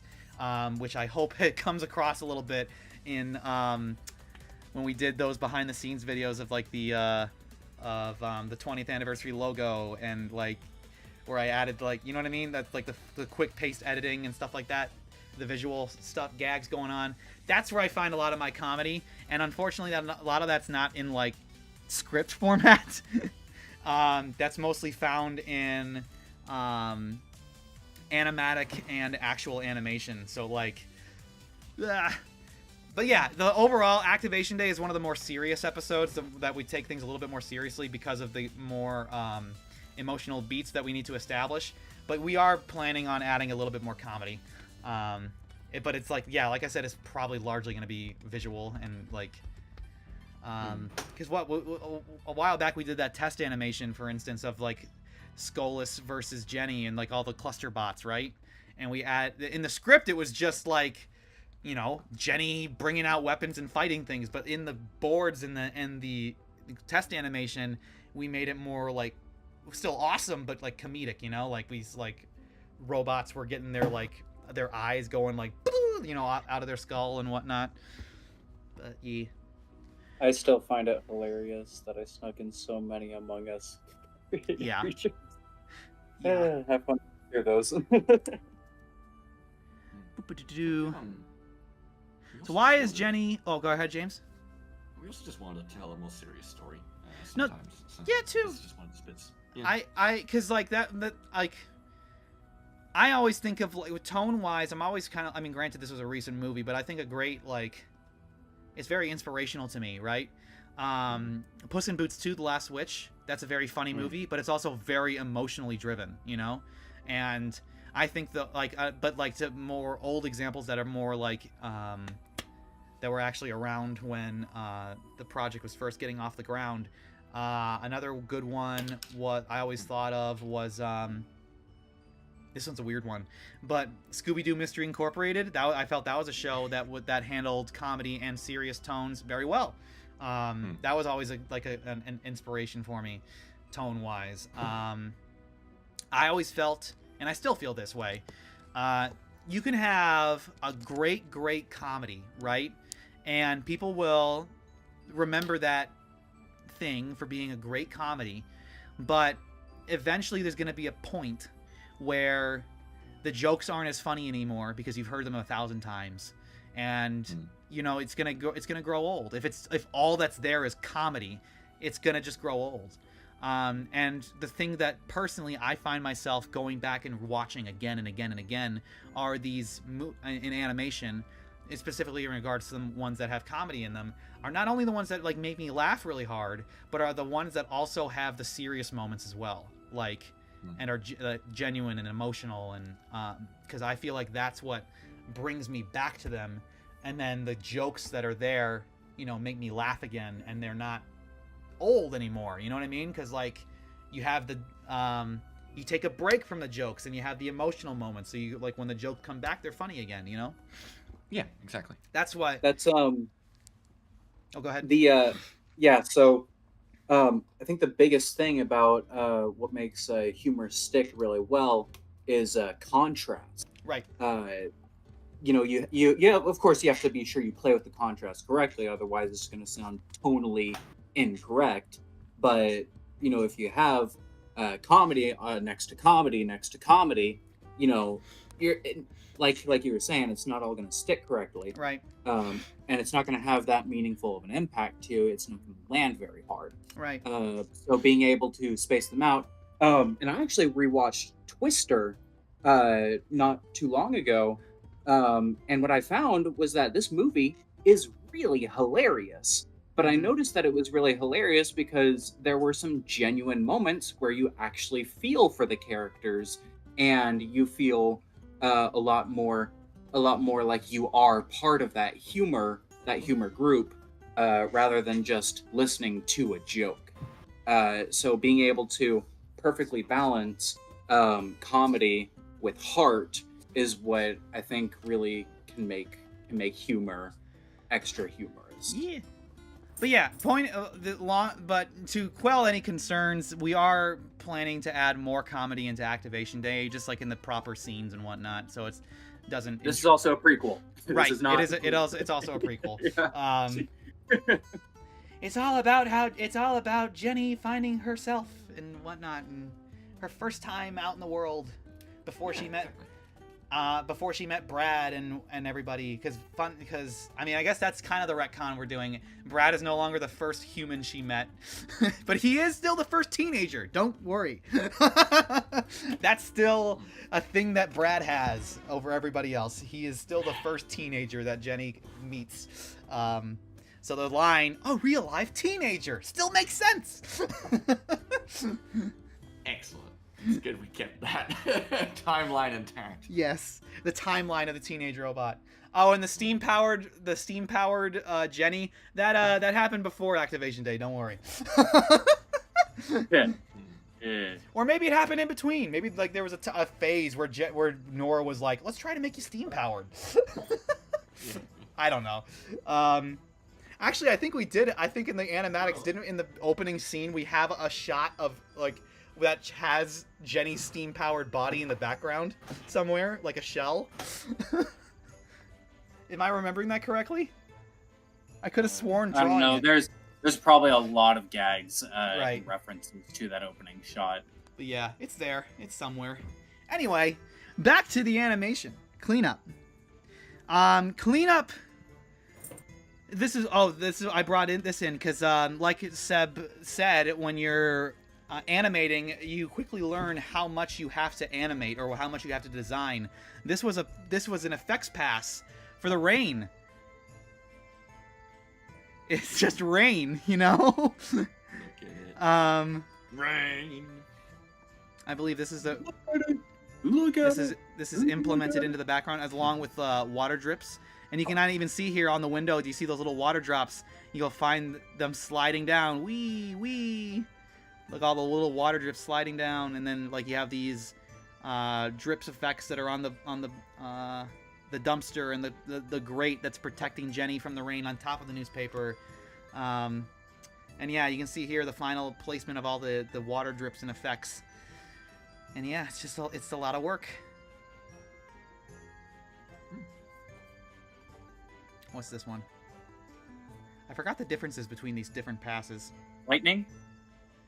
Was that one? Does this one have lightning? No, that one had lightning too. Oh, no, I don't yeah, know. it does have lightning. I don't know the difference between these passes. Hey, I just noticed the timing of the lighting. Yeah, I don't know the difference. Oh! Well, there's one difference. What?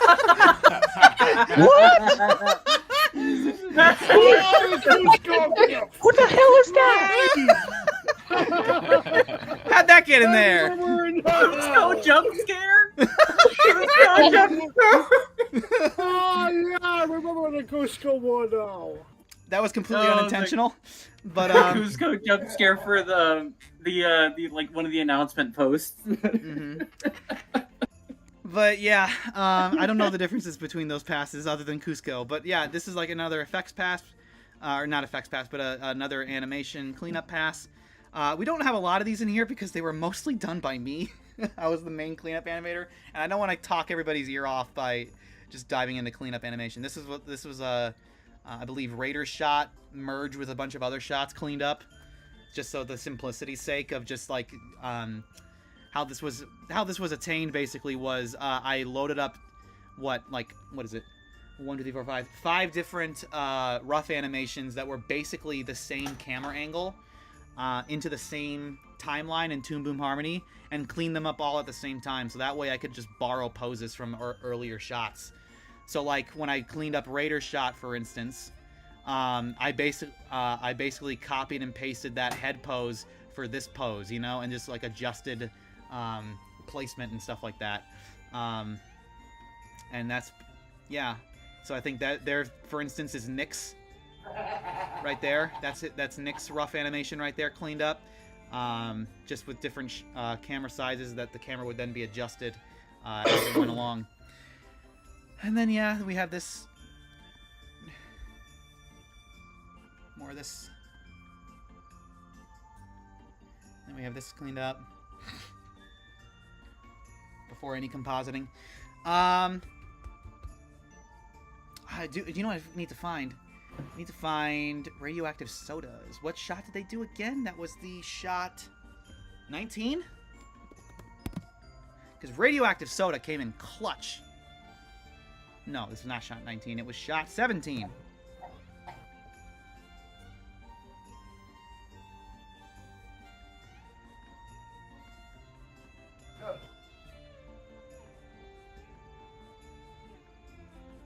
Nope, it was not. Oh yeah, here we go. Copy. This was going to show some compositing, but I'm just using it to demonstrate the cleanup.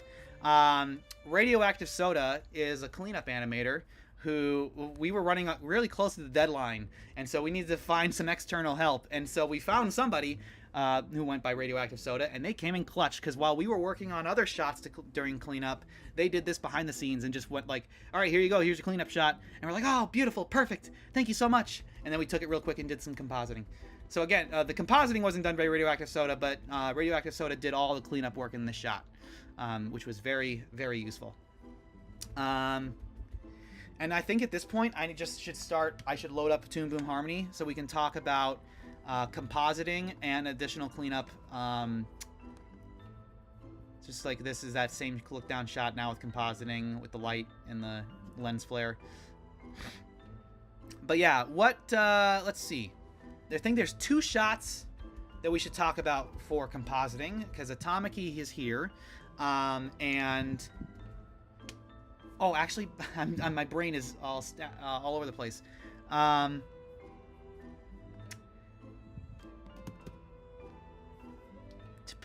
need to find. Come on, I'm sorry, my brain's all over the place for compositing. Can I find Mark's shots? Where did they go?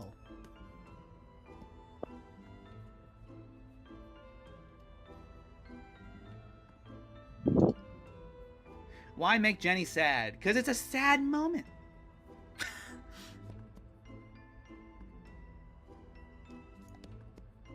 Live streaming.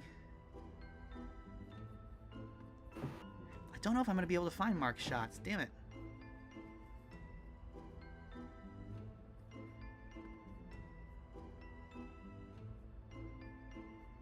Oh, yeah, no, I found them. Here they are. Yippee. Yippee. These shots were done by our own Mark. In compositing wise, they loaded it up in After Effects.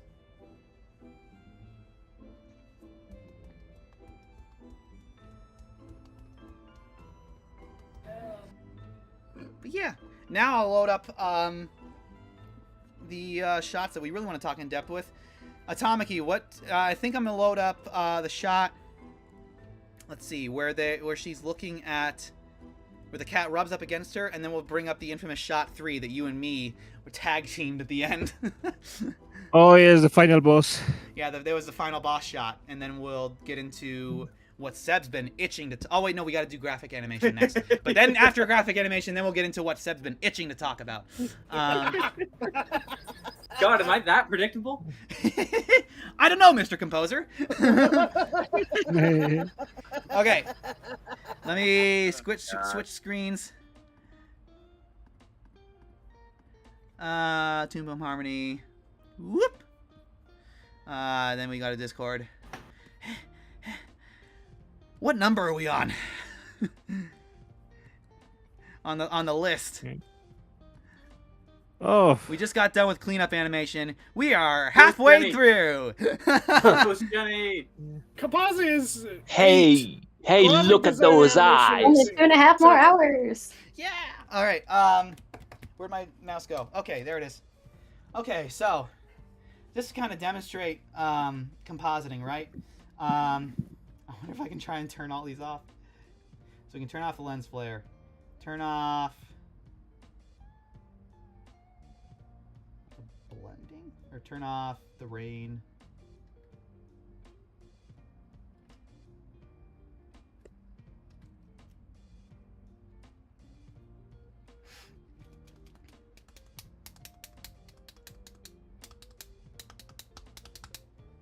Taking the sweet time loading. Okay.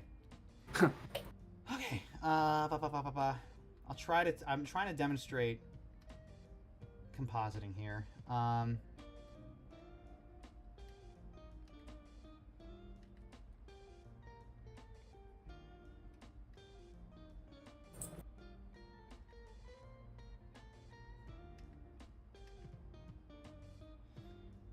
Do.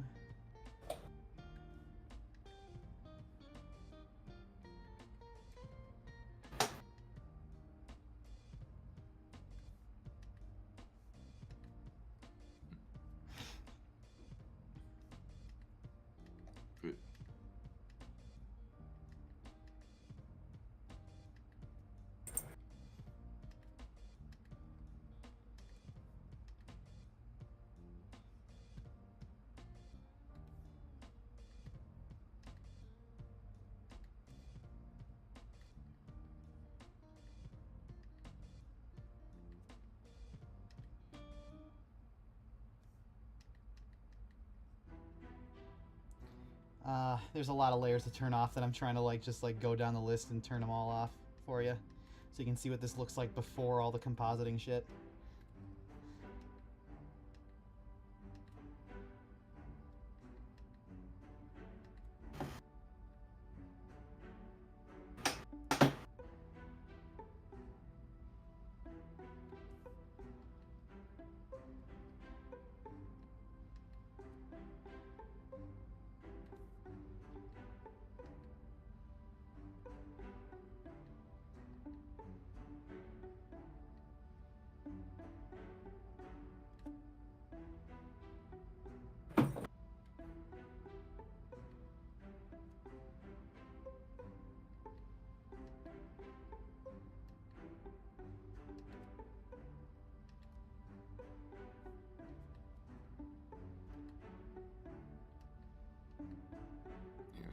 What's going on? What's happening?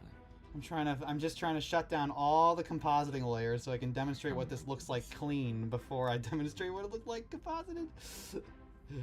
Because I don't think I ever did a clean pass on this. I exported it after it was done compositing.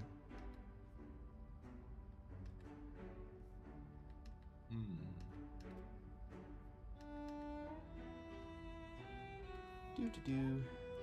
Okay.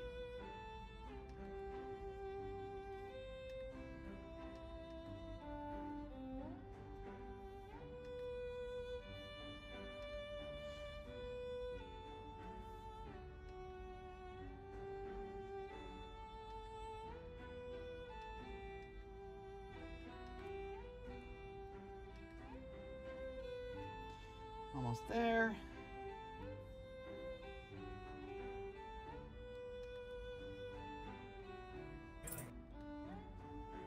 There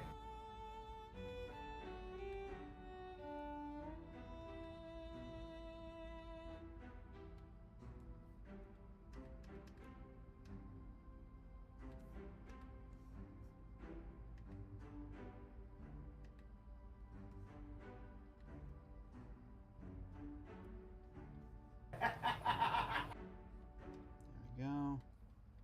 What?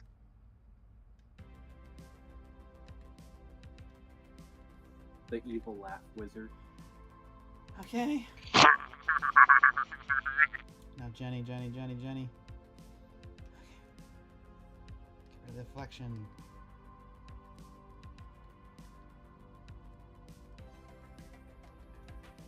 Overall shade, get rid of that.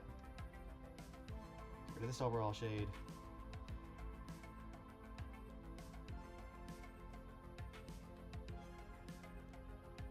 There's so many. Ah.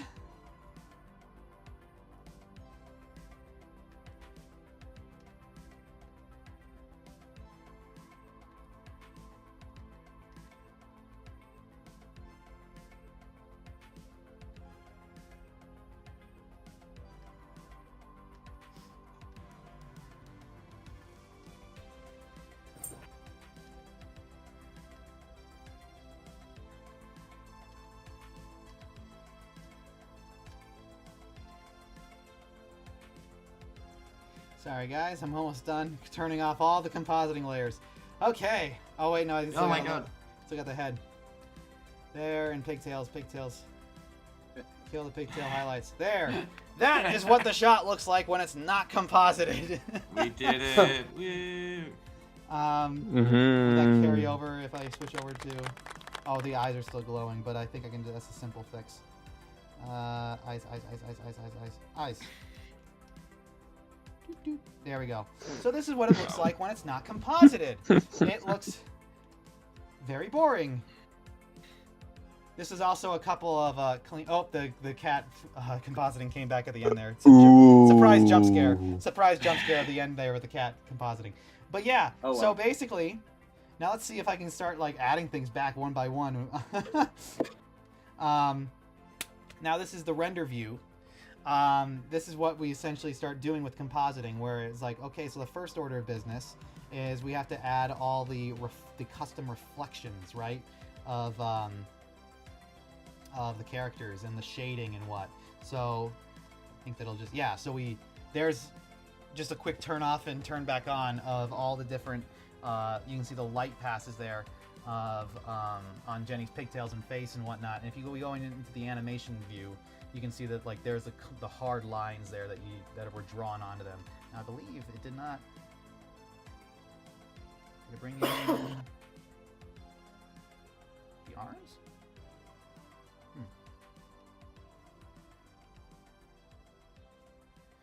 We'll figure it out. But then we have also the glow and of Jenny's eyes.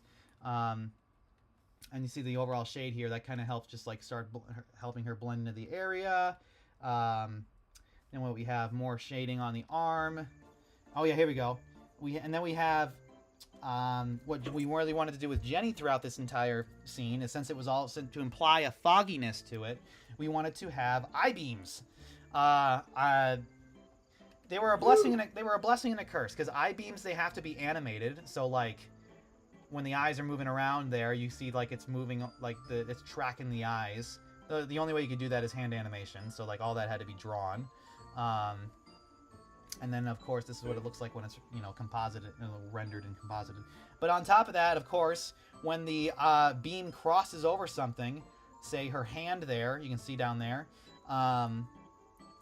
or see if there's a better one.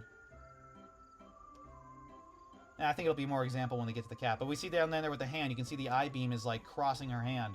So we have reflections of whenever the I-beam crosses a finger or a hand or something. When it crosses that area, it gets illuminated. And so that's the basic compositing on Jenny.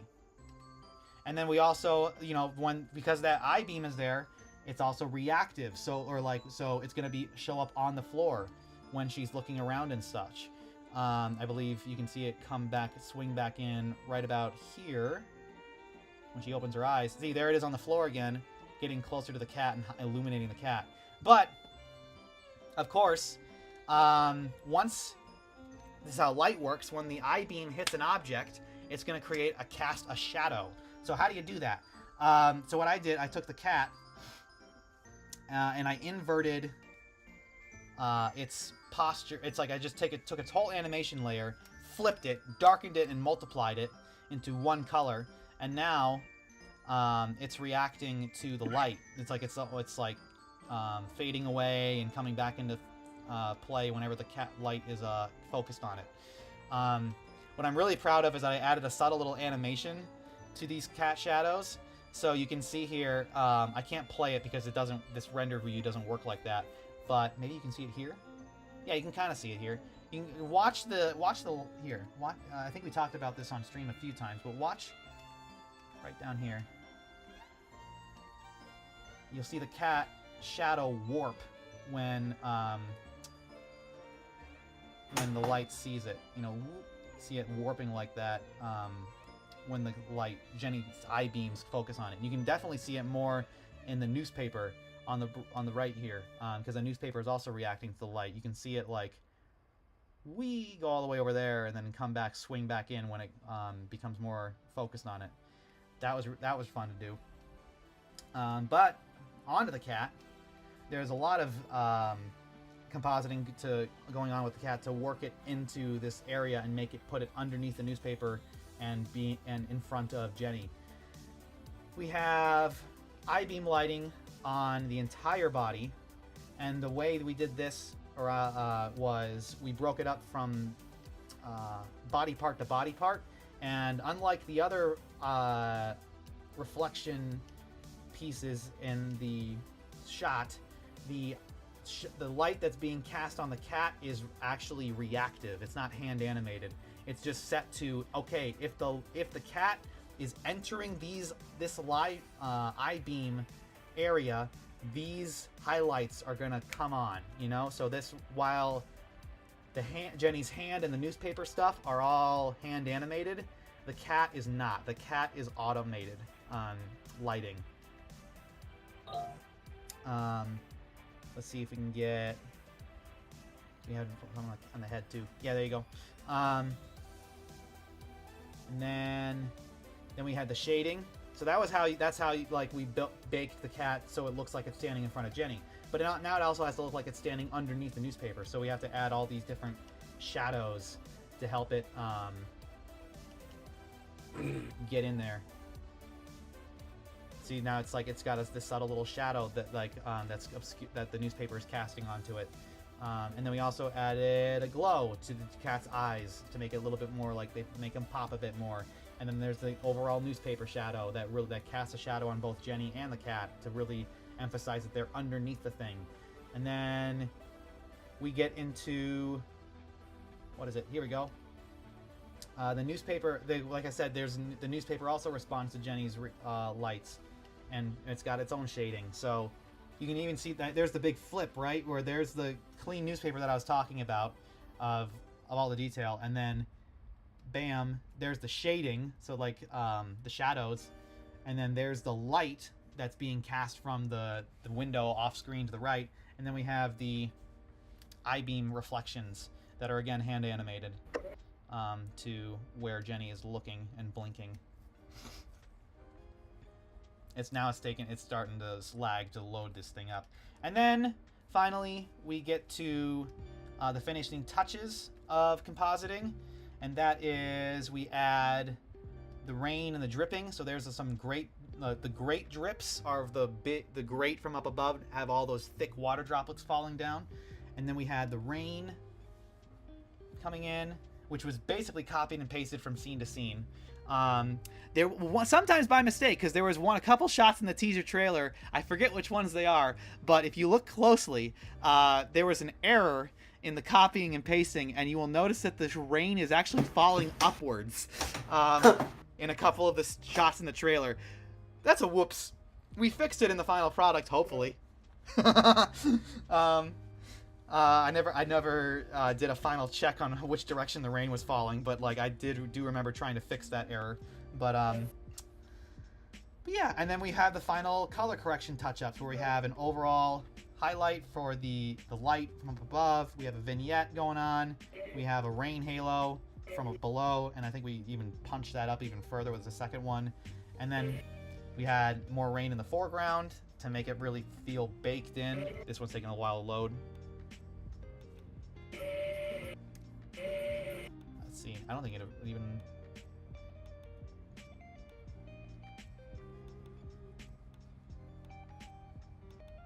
It's taking a long time to load.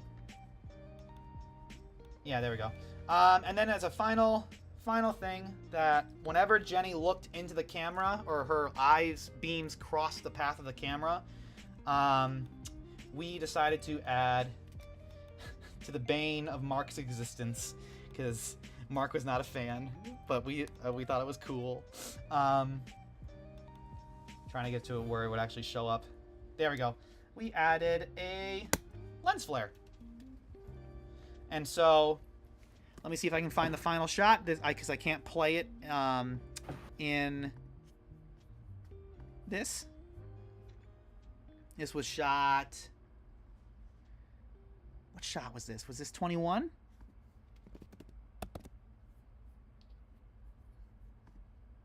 Yes, it was.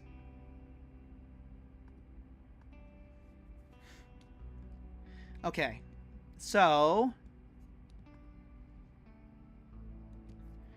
Now I'm going to swing back here into the compositing window. We'll keep Harmony open just so we can, when we jump into compositing, the other compositing stuff with Atomic on shot 3.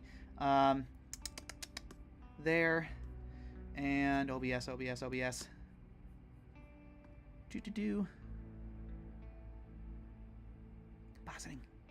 Where'd you go?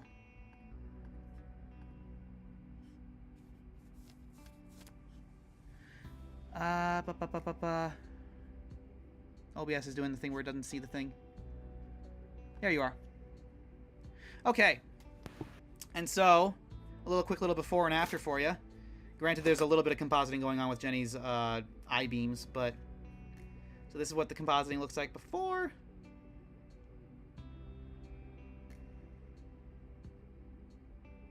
Before any compositing was going on. One more time.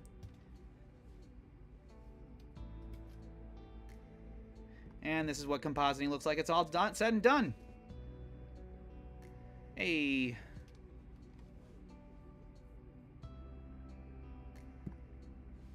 And now let me load up shot 3 and Atomic. I think I've talked to everybody's ear off. Atomic, if you have any things to say about shot 3, I'm going to load it up here. I think it was telling you task.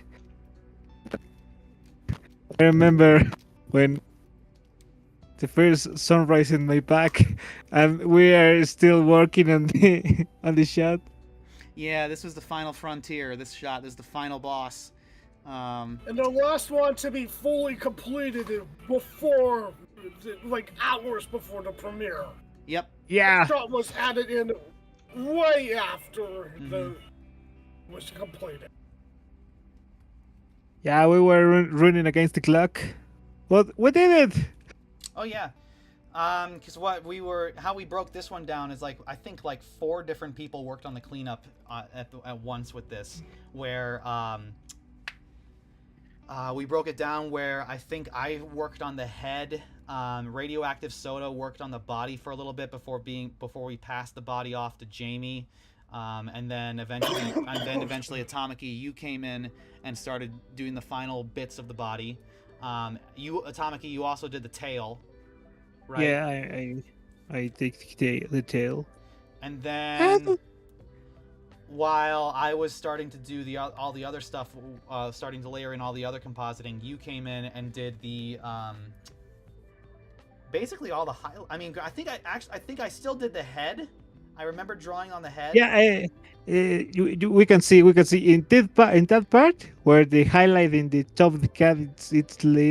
It's like next frame. Yes, in that part, we can see how or different highlights blend into one. Yeah, there was a little bit of a miscommunication error on that part, but it wasn't too bad because we it turned out okay in the end. But yeah, you did. Yeah, I think I did the head highlights while you focused on the body, and I did a few of the body highlights, but I mostly just focused on the head and just focused on the other compositing. But yeah, this was the final frontier. And then yeah, this is just the animation view, and then you turn off all that, and you can actually see what it looks like with compositing on. Yeah. But yeah, that's compositing. It's taking the clean animation and making it look like everything blends together. You know, the background, all the other elements and whatnot.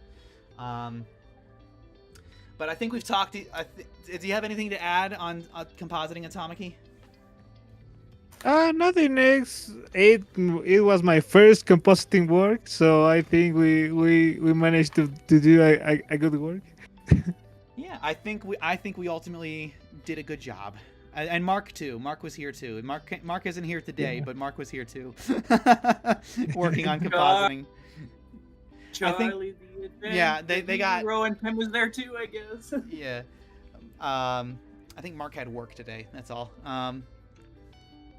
But yeah, let's jump into what James and Eddie have been waiting to talk about. Graphic animation, shall we? Wow. Let me switch on over. But graphic design and animation. Here we go. But so you guys had that one concept beat board that we looked at really early on. That's right. Yes. And then Yeah, that's correct. I'm trying to load up the windows. Hold on. Yeah, we can still see the Toon Boom harmony. Yep. Switching over now. Budding. There we go. Okay. So, Eddie, I guess start talking about what you did to come up with Jenny's HUD look based on the concept art. Yeah, I had a couple of sources which inspired me to make up a heads-up display for Jenny. I'm going off the XJ9 and the CAT video for a while, because what you see on this video, it was made a long time ago, in between 2019 and 2020. Mm-hmm. But yeah, I was just bringing it up because this is what was your main, like, outside of the concept art. But this was when you were designing this, like, this was your main source of inspiration, right? Then this was the. This isn't the current in HUD you all saw on our feature video. Mm-hmm. So it's not the only thing that I got it from the old HUD, but also I got it from Atomic-y's first concept art. Yeah. And then what is this? Oh, you were playing with like. And what I'm trying to do with these layers, they're actually representing the eyebrows, Right. for expressions. Very cool. And then it all came together. You passed it off to James, and James did. Correct me if I'm wrong. James did the most of the animation, correct? Yeah, no, James and it did the first animation. You see it right now, and the other,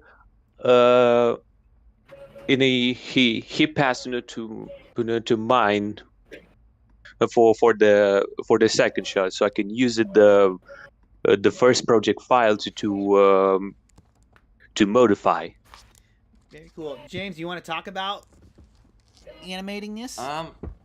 Yeah, sure. So, when I animated this, all I had to go off was a storyboard, and I knew that we wanted some boxes to appear, and how those appear is actually quite simple. It's just a bunch of shapes that are masked, and I animated them expanding and moving about, and it's just a whole load of different layers of compositing. There are other little aspects that we added as well. For example, we have the two little speaker volume controls to the left and right. That was just hand animated by me by moving a mask in the correct intervals up and down, like very rapidly. And little things like the little mini map up to the top with the square. I animated those little circles running around, like moving around the center. And for the outline around the cat's head, because the cat moved slightly, that's actually just a computer-generated mask following the outline. And I then just color that in the correct color, and then put it on the same layer, and then just had the opacity go up and down. And yeah, that was pretty much it. It was a lot of very simple techniques to make something work, and then just making sure that the timing matched up with what we wanted. Very cool. And since I was away from home, I was a bit of a director to anyone else. So we can take a look at the colors, the shapes, and the timing of the HUD animation. I was gonna say the eagle-eye viewer might observe that the colors here were a little bit different than in the final product. But we can get into that when we did the final color correct in the final pass. But yeah, it's because of the format. It's because of the format. Oh no, that I did something to it. The director in me was like, I kind of want the audience to know immediately that the Jenny thinks that there's danger. How can I do that? Oh, I know. I'll just blast the whole shot in red. Sorry, I misunderstood. No, yeah, sorry. it's all good. But yeah, I remember seeing that. I was like, "When did this become red?" Yeah, it was a quick color slide wheel. Oh, what if I made this shot red? I left the other one. Yeah. I left the other one. And it looks like she's already in danger when she heard the meowing voice. No, yeah, like that was the idea where it's since it's such a quick shot, I wanted the audience to be like immediate danger, not like takes its time to scan and everything. Right, okay. Because they don't have it's a difference of either 3 entire seconds where they recognize danger, or let's see, when does this come up? 1 second and 1.5 seconds versus 3 seconds. You know. Yeah. So that was the idea of changing the overall blue to red. But the other one I left okay. The other one is its original colors. the one where she looks at her arm. Yeah. But yeah, this was actually a lot of fun to do. I enjoy. I like the little fuel, oil, and plasma gauges on the bottom right, because that was actually very simple. Just make it all like jiggle a little bit, and then you put that where it needs to be. Oh, like a lot of really simple techniques done to make something work. And then and that's basically. I mean, I actually I think it was named something different than I can't really find it. I don't have the other shot on me immediately. But yeah, the other shot was the scanning the arm, the XJ9. Yeah, scanning the call sign right. Jenny. Right.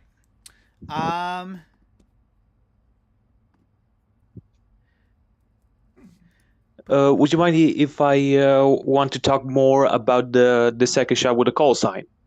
I don't have it on me, unfortunately. I don't know.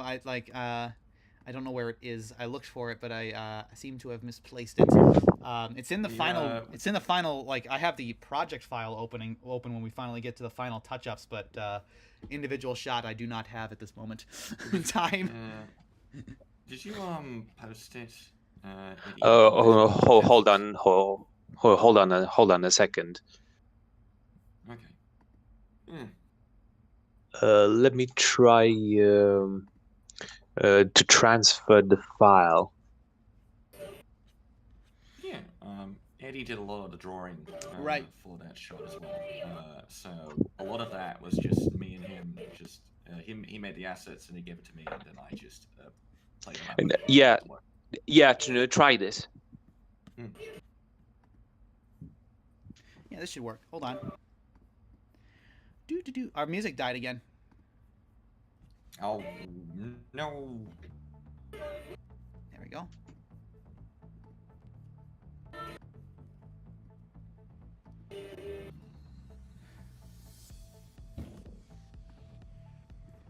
Okay, let me transfer this over. There we go. Is this video? Yes. Yeah. That's what I'm talking about. So yeah, Eddie, you animated this one, correct? Yeah, it was fully animated, which was based off the first project file made by James. Mm-hmm. So I considered it as some sort of a template. Cool. Yeah, because like a lot of the assets are already animated, and we're just reusing them again. So just put them back in. And yeah, and it just like you dial back the time by a minute. Yeah. Although which is pretty cool. I noticed something. I noticed something. The time, one's at the other one's at 24. And it's also on our feature. Yeah, the caution, ladies and gentlemen, and even in our feature video, it does have the same difference between these two clocks. So why did that happen? Like, because I remember us, because I remember being like, okay, I changed it from PM to like 24, and then I was like, okay, so when Eddie gets the shot, it's gonna be in 24 hour time. Did you change it or? Yeah, I changed it back for both of these shots. Oh, and then wait, and then I think you made the edit, but then I think Nathan forgot to put it in. Yeah, I didn't notice. Yeah, I didn't notice. When honestly, I didn't notice. Yeah. Oh well. Yeah, I forgot to tell something. Oh, well. I forgot to tell something. Once I got the project file, the After Effects and the project file from James. It's not the only thing that I've created the second HUD shot, but I've also modified some parts of the first HUD shot, like putting in the arrows, changing the time format, and put up some lines of the eyebrows. Yeah, there were a bunch of things that Eddie added to my shot, and I didn't think, they didn't make it in. It was like, oh. Whoopsie. It was down to the wire. That's why. It was down to the wire.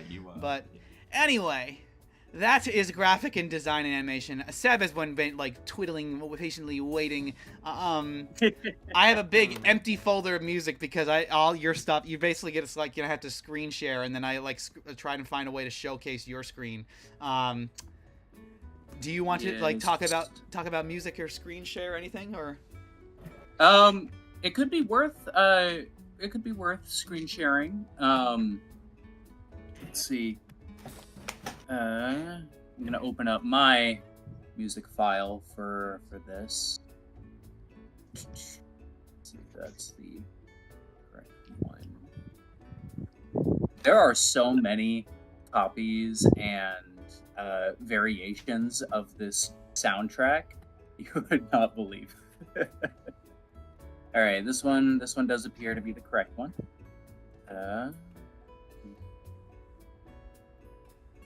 Set up, checking on the holding. Okay, cool. I will go ahead and share my screen. All right, let me figure out how to showcase this.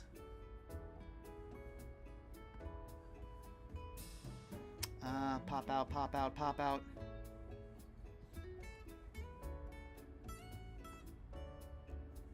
How do I do a pop out? I wish I could do screen share as well, but I can't do it at this moment because I'm talking to you guys on the phone. I'm having trouble with the mic on the computer. Sounds good. Discord. Yeah, Oh, that's that one. Hold what on. are we looking at here?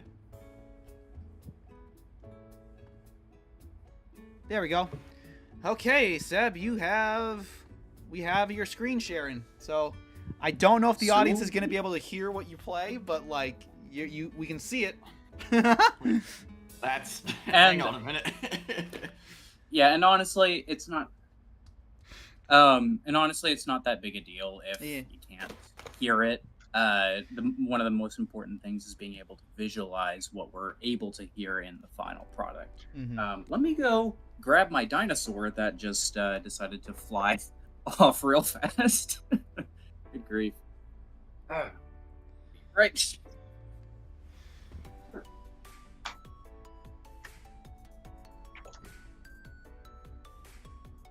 What's happening? Little dude has the absolute most impeccable timing. could have decided to fly away the entire time everyone else was talking. Anyways, first and foremost, this has been probably one of the most rewarding experiences I've had on my time just on Rebooted. This shot, this entire scene was way harder to compose and score than one might think, because it's an empty scene.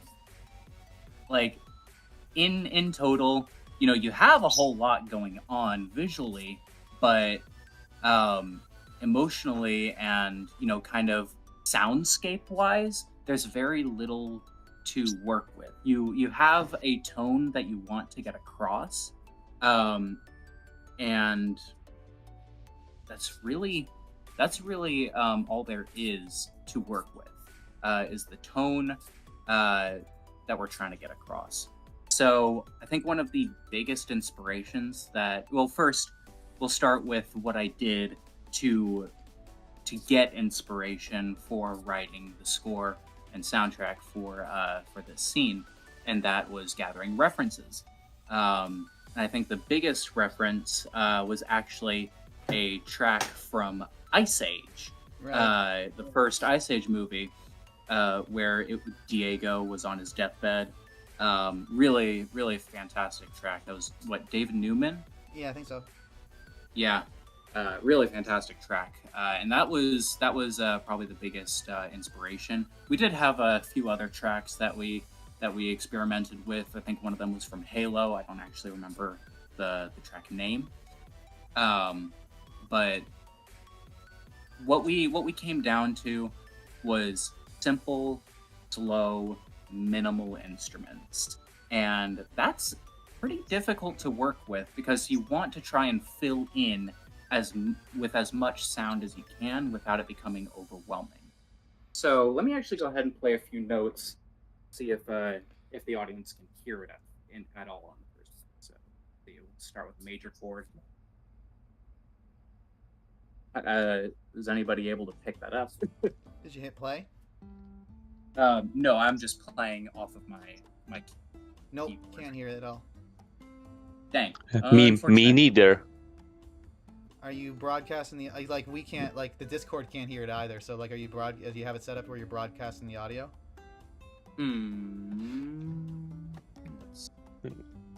Or I mean, if not,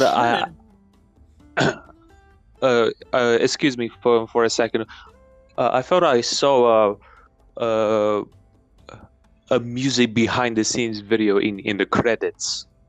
No, yeah, it's there. But like, we're trying to showcase this now.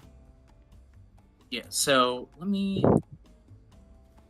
I'll go ahead and stop streaming for just a quick seconds and reload the stream, see what my settings are. Because I thought I double checked it, but I don't think there's really any audio kind of thing to work with. So stop streaming real fast. Let me share the screen once again. And I'm streaming directly from... Oh, wait, there it is. Also share application audio. Okay, cool. That should fix everything. Did we do it? Do we have sound? Let me go ahead, play another... Let's see. Yay. Can you hear that? Yeah, Yep, we heard that. Sweet. So yeah, there we go. Oh yes, we hear the piano. So now that we had the references in mind, the next step was figuring out a melody or something, some sort of motif that we could carry throughout the soundtrack. Because this piece isn't necessarily meant to, strike in time at every moment. It's not going to be this huge, grandiose score where, you watch, I think Nathan said whenever we were in the final phases, Looney Tunes, where all the music would hit right in time with the character actions. I know there's a few spots in the final track where it does do that, and that entails that, it's just the right tempo, and, that everything was going smoothly at that point. But finding a melody was pretty difficult because this actual bit that we hear throughout the piece, it was so I only have a 48 or 49 key lab, so I can't go to the higher octaves live. But it was essentially that little motif there has been around for years. That one actually came from whenever I myself was feeling in a similar spot where Jenny was in that kind of scene. I wasn't in the best mindset, and so to kind of vent, that was kind of the tune that I came up with. So we got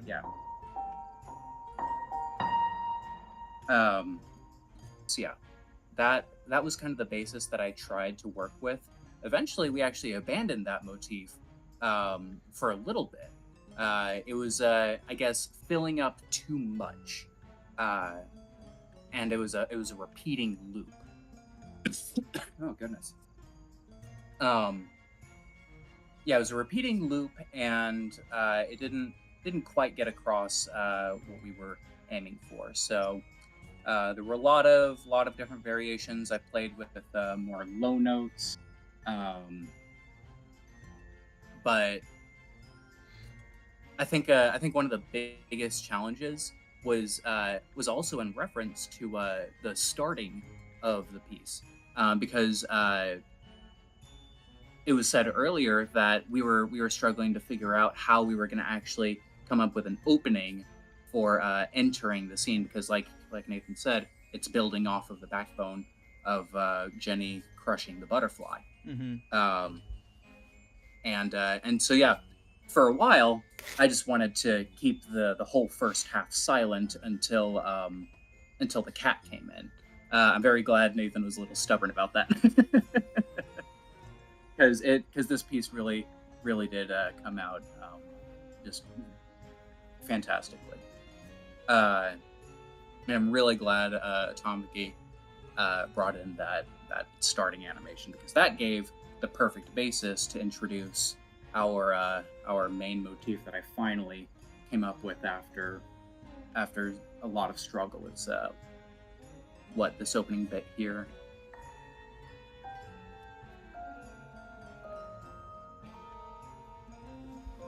I just realized.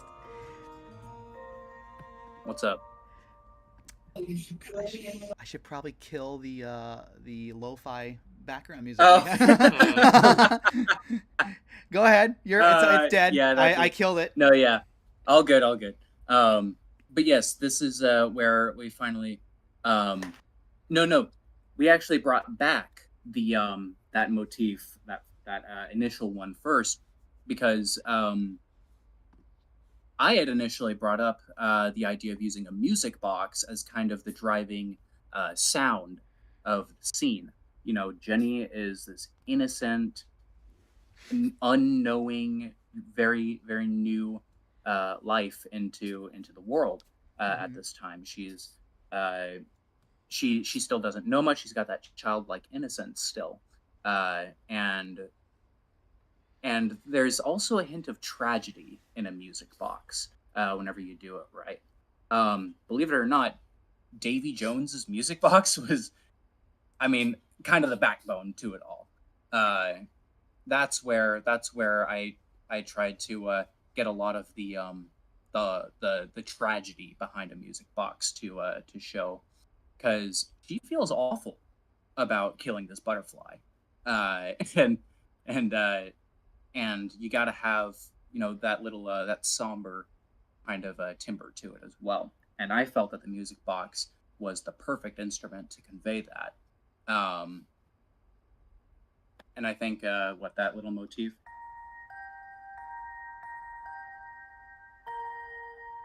Yeah, I think that really captures that very well. But like I said, we did abandon that for a little bit, you know, because of clutter reasons. And then we ended up bringing it back because we missed it. That's kind of it. We really missed it. It had such an iconic and, you know, tonally distinct emotion to it. And so now that we brought it back, it was kind of figuring out what kind of line would support that little motif. And I really like this kind of this simple piano that we have there. Oh, and the celesta, one of my favorite instruments, because of Lapis Lazuli's theme from Steven Universe. That was also a very important inspiration for getting, you know, the gentle, innocent, and somber kind of sound. Yeah, the celesta just sounds absolutely wonderful. And then you have that in the lower end. You got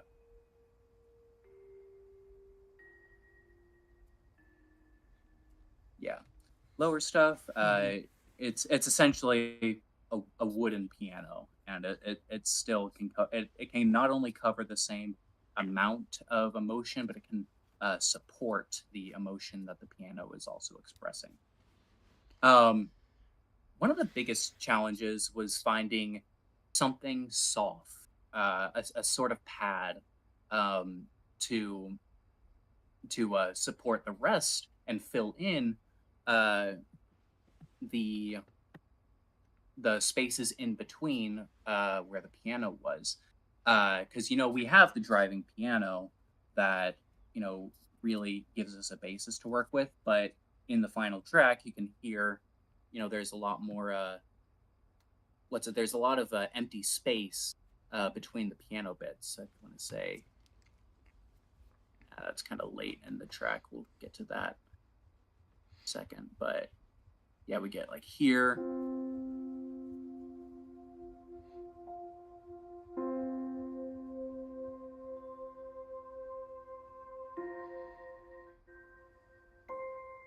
And so, you know, you don't have like a long changing piano line that's carrying the entire thing, and instead we have this this very soothing pad.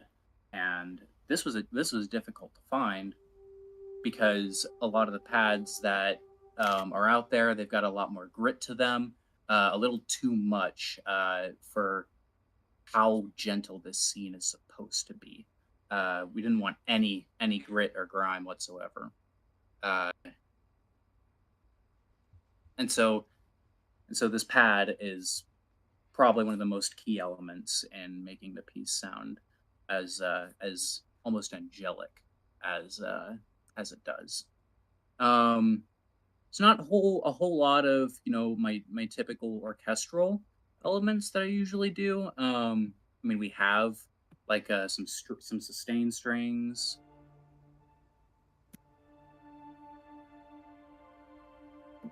But there are also support elements.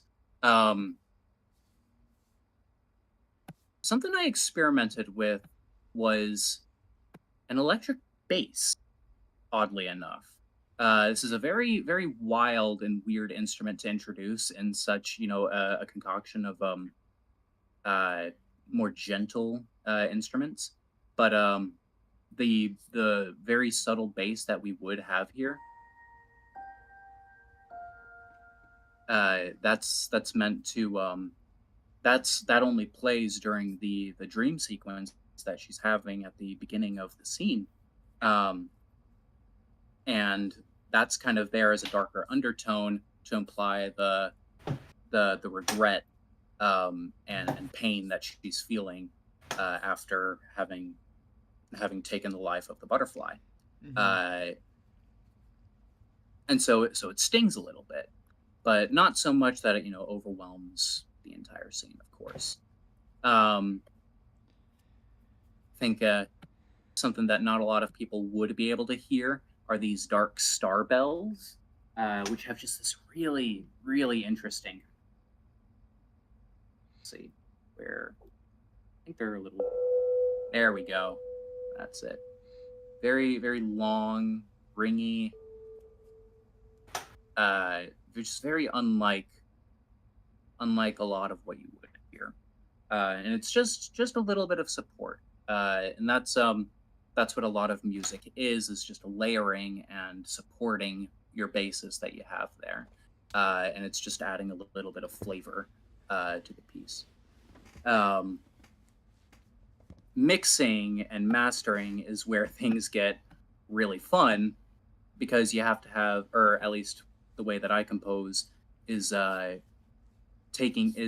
isolating reverb separate from the instruments, so that you can still have the original sounds of the instruments without it becoming muddy, and having the reverb just kind of mix in with all of those sounds. You got the master with a little bit of filtering over it to make it sound a little more natural. And I think one of the biggest reasons why this piece is so important to me is that it allowed me to experiment and give me an opportunity to really make a piano sound like a piano. Because I have several pianos I could have worked with, but I chose, this particular piano because it has the most range of sound that it can provide, a lot of reverberations and hollowness that you can get from it. And just having that depth really makes the piece feel a lot more alive. Now, there wasn't a lot happening, and there wasn't a lot of things being said about the music whenever the thing went live, but that's actually a sign that it works so well, because it blends just into the scene so seamlessly. Yeah. Whenever we were at the final, maybe the final two exports, we were having a difficult time trying to find any fixes that we wanted to make, because we just kept getting distracted by watching the scene play out as well. And that's probably one of the biggest compliments you can have as a composer, is not verbally receiving any and just watching it all play out. All right. Does that conclude? And not to like, I'm just like, I want to make sure you're done, and like we can. No, yeah. Oh, this we've only been stuck in the beginning area. This is the part where it gets really a little more complicated.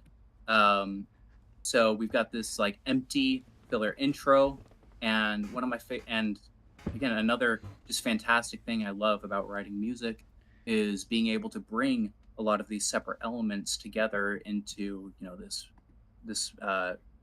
beautiful conclusion. So we have this beginning motif just on its own.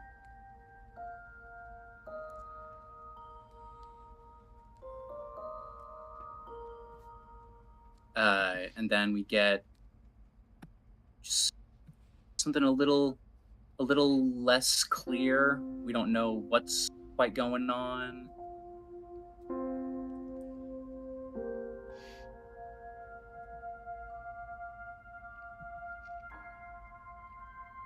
And there's a little hint that something's coming up with that upper motif. And then I brought in this melody, and everything just seemed to click right there. It was, I forget which measures it was.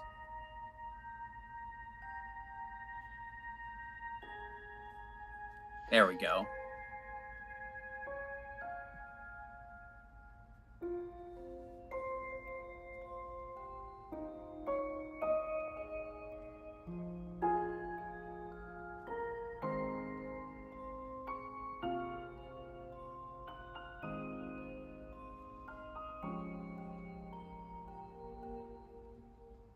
That right there, something about it just caused everything to kind of meld together and really have us figure out what exactly we wanted from the tone for this.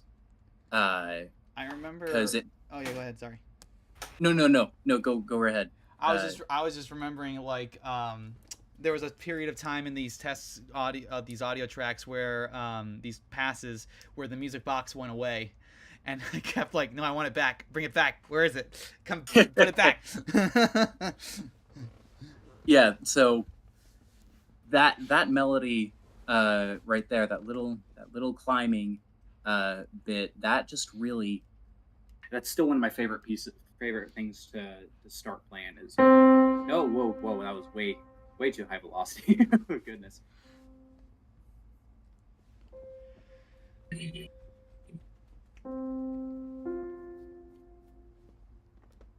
How do I not remember how to play my own melody? I think it's like fatigue because we've been going for about 2 hours and 40 minutes now. No sweat. Either way, this was the moment where I got to play with a lot of the chords and really fill in the warm, fuzzy feeling that you get whenever the cat finally is receptive to Jenny's actions. This bit.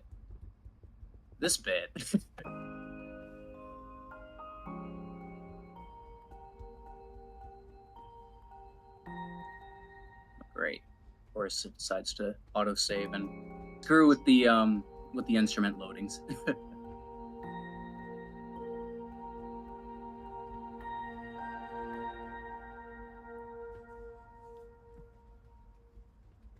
It's amazing what silence can do in a piece.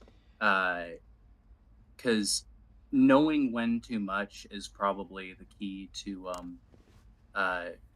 knowing whenever you're doing something right. Because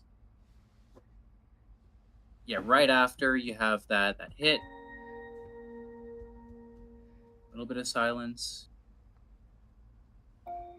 Yeah.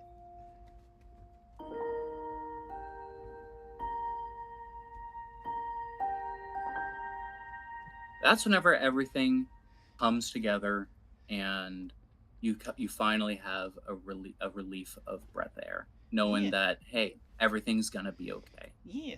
And then you get and then in the end credits where it's like just a fun little happy melody, happy times. Yep. Ending credits. This is actually where a lot of the development took place. I used the end credits area to experiment with melodies, like the original flowing line. No, that's too high.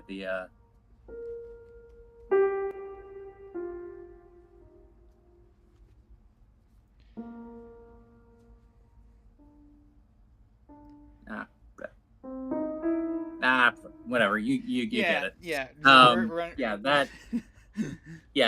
That opening line was conceived at the start of the end credits, and I loved it so much that I decided, yes, that is the line I'm going to be going with. And the very last bit, you got to have a conclusion to every piece, and this is probably the best conclusion I have written for a piece.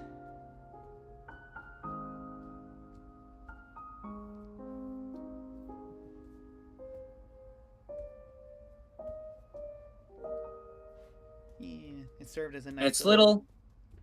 And it's little human touches like the strumming effect of the chords that really make a piece feel lively. Yeah.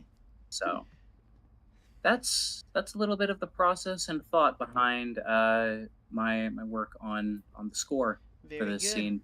It was apparently way harder than it was let on. Yeah, I mean, because like you're the only one who worked on the music, so it was just kind of like, go for it, Seb. But yeah, after that we got into sound design. And I'll go ahead and stop streaming. Yeah, it's all right. At this point, I'm just gonna be loading up the project itself on Final Cut. Yeah. Because this is where it went into. But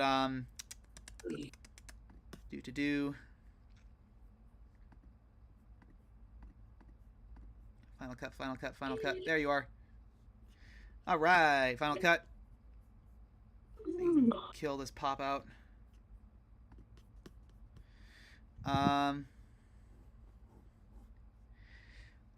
Share screen, change windows, always 2 buttons. Final Cut there. And now we can bring back the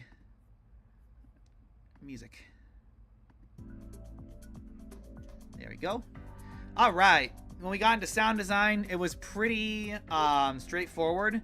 I did a couple of passes on the sound design on my own time because it was very it was just Jenny moving around mixed in with some rain and thunder and a couple of sound effects from the cat, so it was not the most complex sound design in the world. I think what was important to me was that Jenny's movements were always indicative of how she was feeling. So I think these are so you can kind of hear that like a little what's going on here? What is this? You can hear that little woo! What is this? What happened? And then that little unsure kind of almost like a question mark in the servo sound. And that little woo! With when she gets spooked.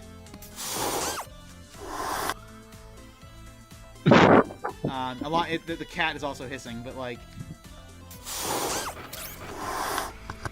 there you go.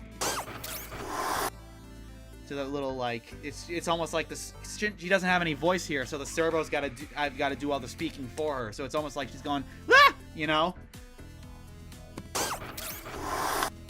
ah, Let's see if there's. Here we go. Here's another little bit. I believe Shiro added the purr, and Shiro did the newspaper crinkling too.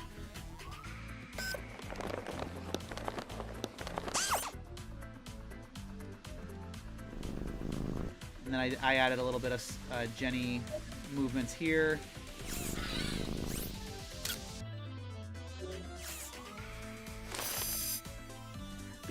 So it's just kind of like that, where it's like finding little moments in the movements where you can punctuate how Jenny's feeling through the sounds of her servos and like the little squeaks that they're making.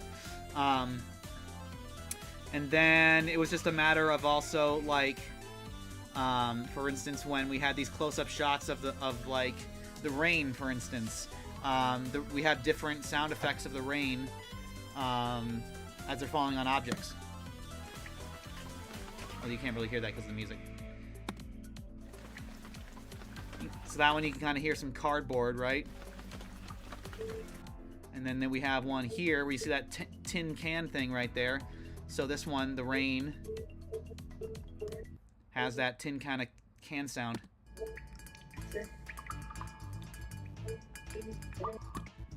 And then of course we have the, like, obviously with some obvious ones, we got thunder and lightning.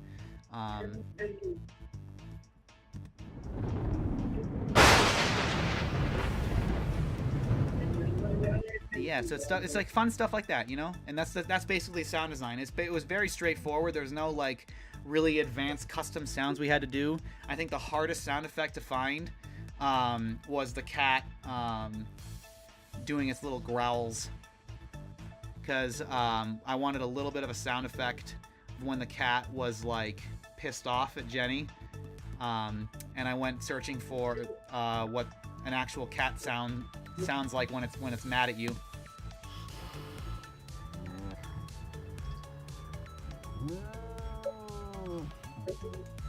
So it's got that little growl, and then right here as well.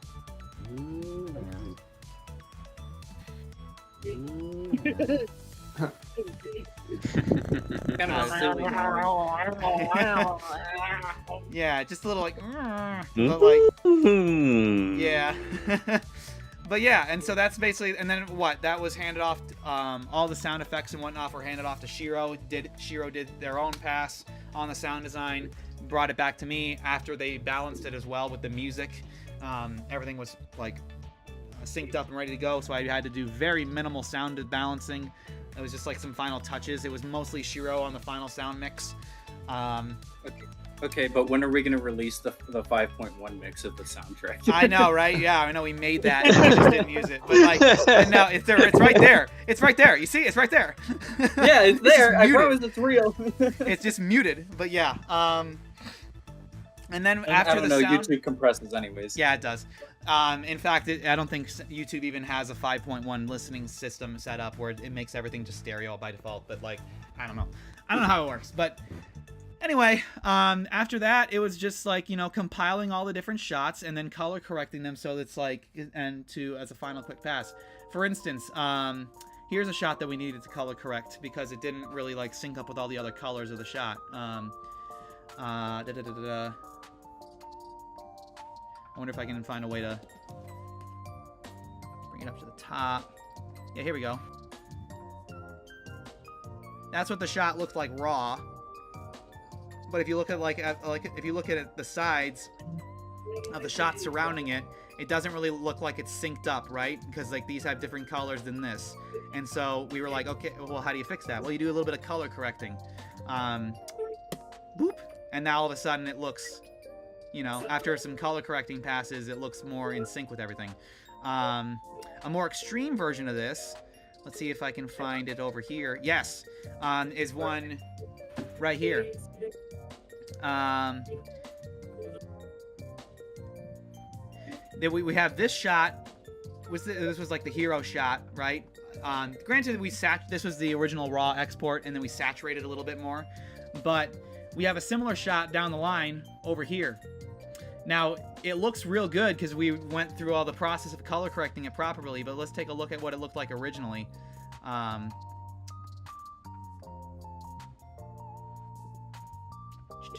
Oh, yeah, we got the... Look at that difference.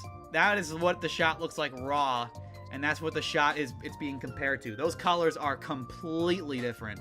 And so I had to go in and do some rescue color corrections, make it sync up with the rest of the other shots.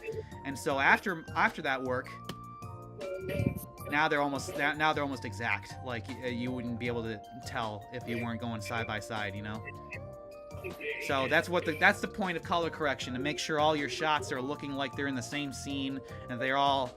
If compositing is making sure all your elements of a shot is baked together and looking like they're all part of the same shot, color correction in editing is making sure all your shots, as they are set by side by side one another, are blending together in the same scene, so they don't feel like they're random shots from another scene. And then.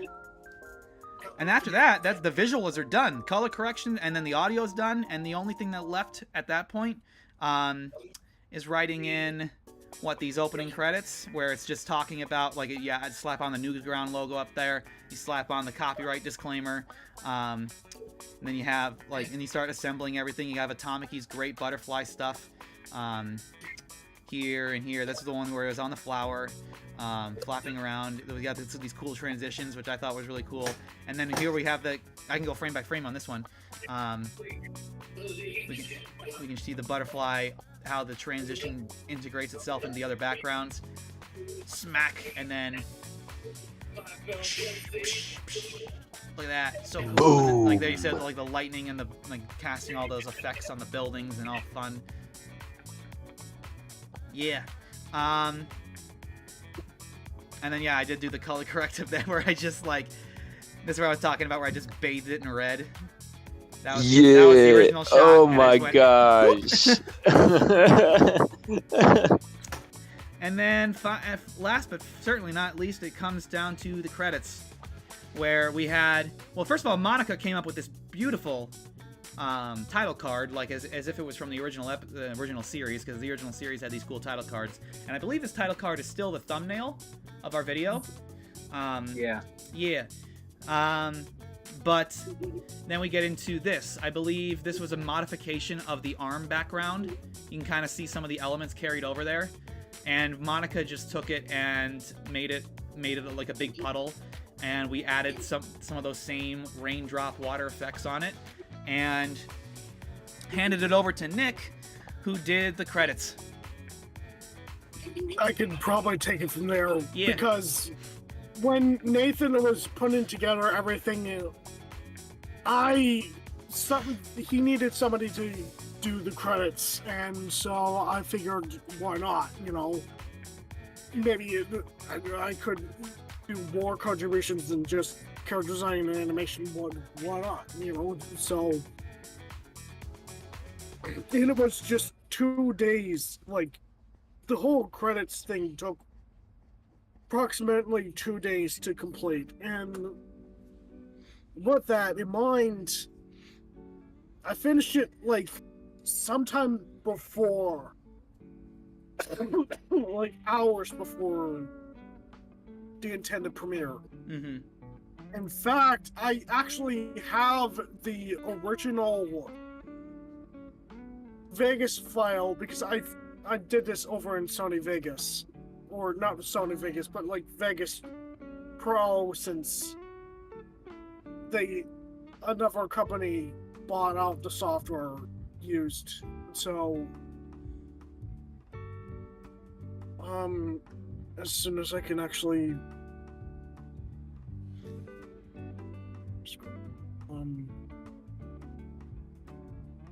give me a moment for it to, because it's missing something here. I think I know exactly what it is, but as I'm getting the source of it, it really was a collaboration between Nathan, James, Eddie, and I to get the credits done, because Nathan noted where the credits need to go. James and Eddie were pretty helpful in terms of James doing the credit list and Eddie giving up some sort of feedback on the Yeah, I possible- just give us some feedback on the color palette, Mm-hmm. along with James.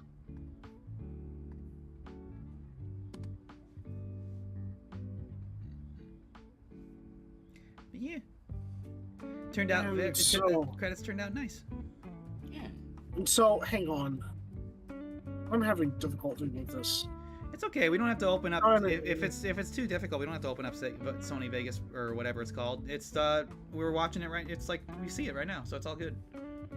And so, yeah, so the credits, the inspiration for this is especially, okay, so I know for a fact that Lackadaisy, the pilot, had the credits to where they show a little bit of behind the scenes, but the main inspiration is Cartoon Saloon's Song of the Sea, where they show off the concept and the storyboards and some of the rough animation process that went into the making of that film. And so we used that kind of the inspiration for what the credits would be for what our short would have at the end. And Sab extended that for a little bit so that he could extend the music so that we could get the timing of it right. Because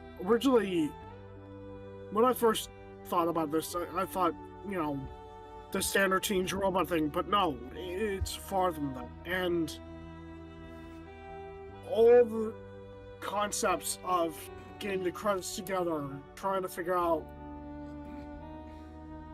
the colors, the fonts, the spacing of the fonts, it really was a collaboration that took lots of experimenting and also a lot of hours to do.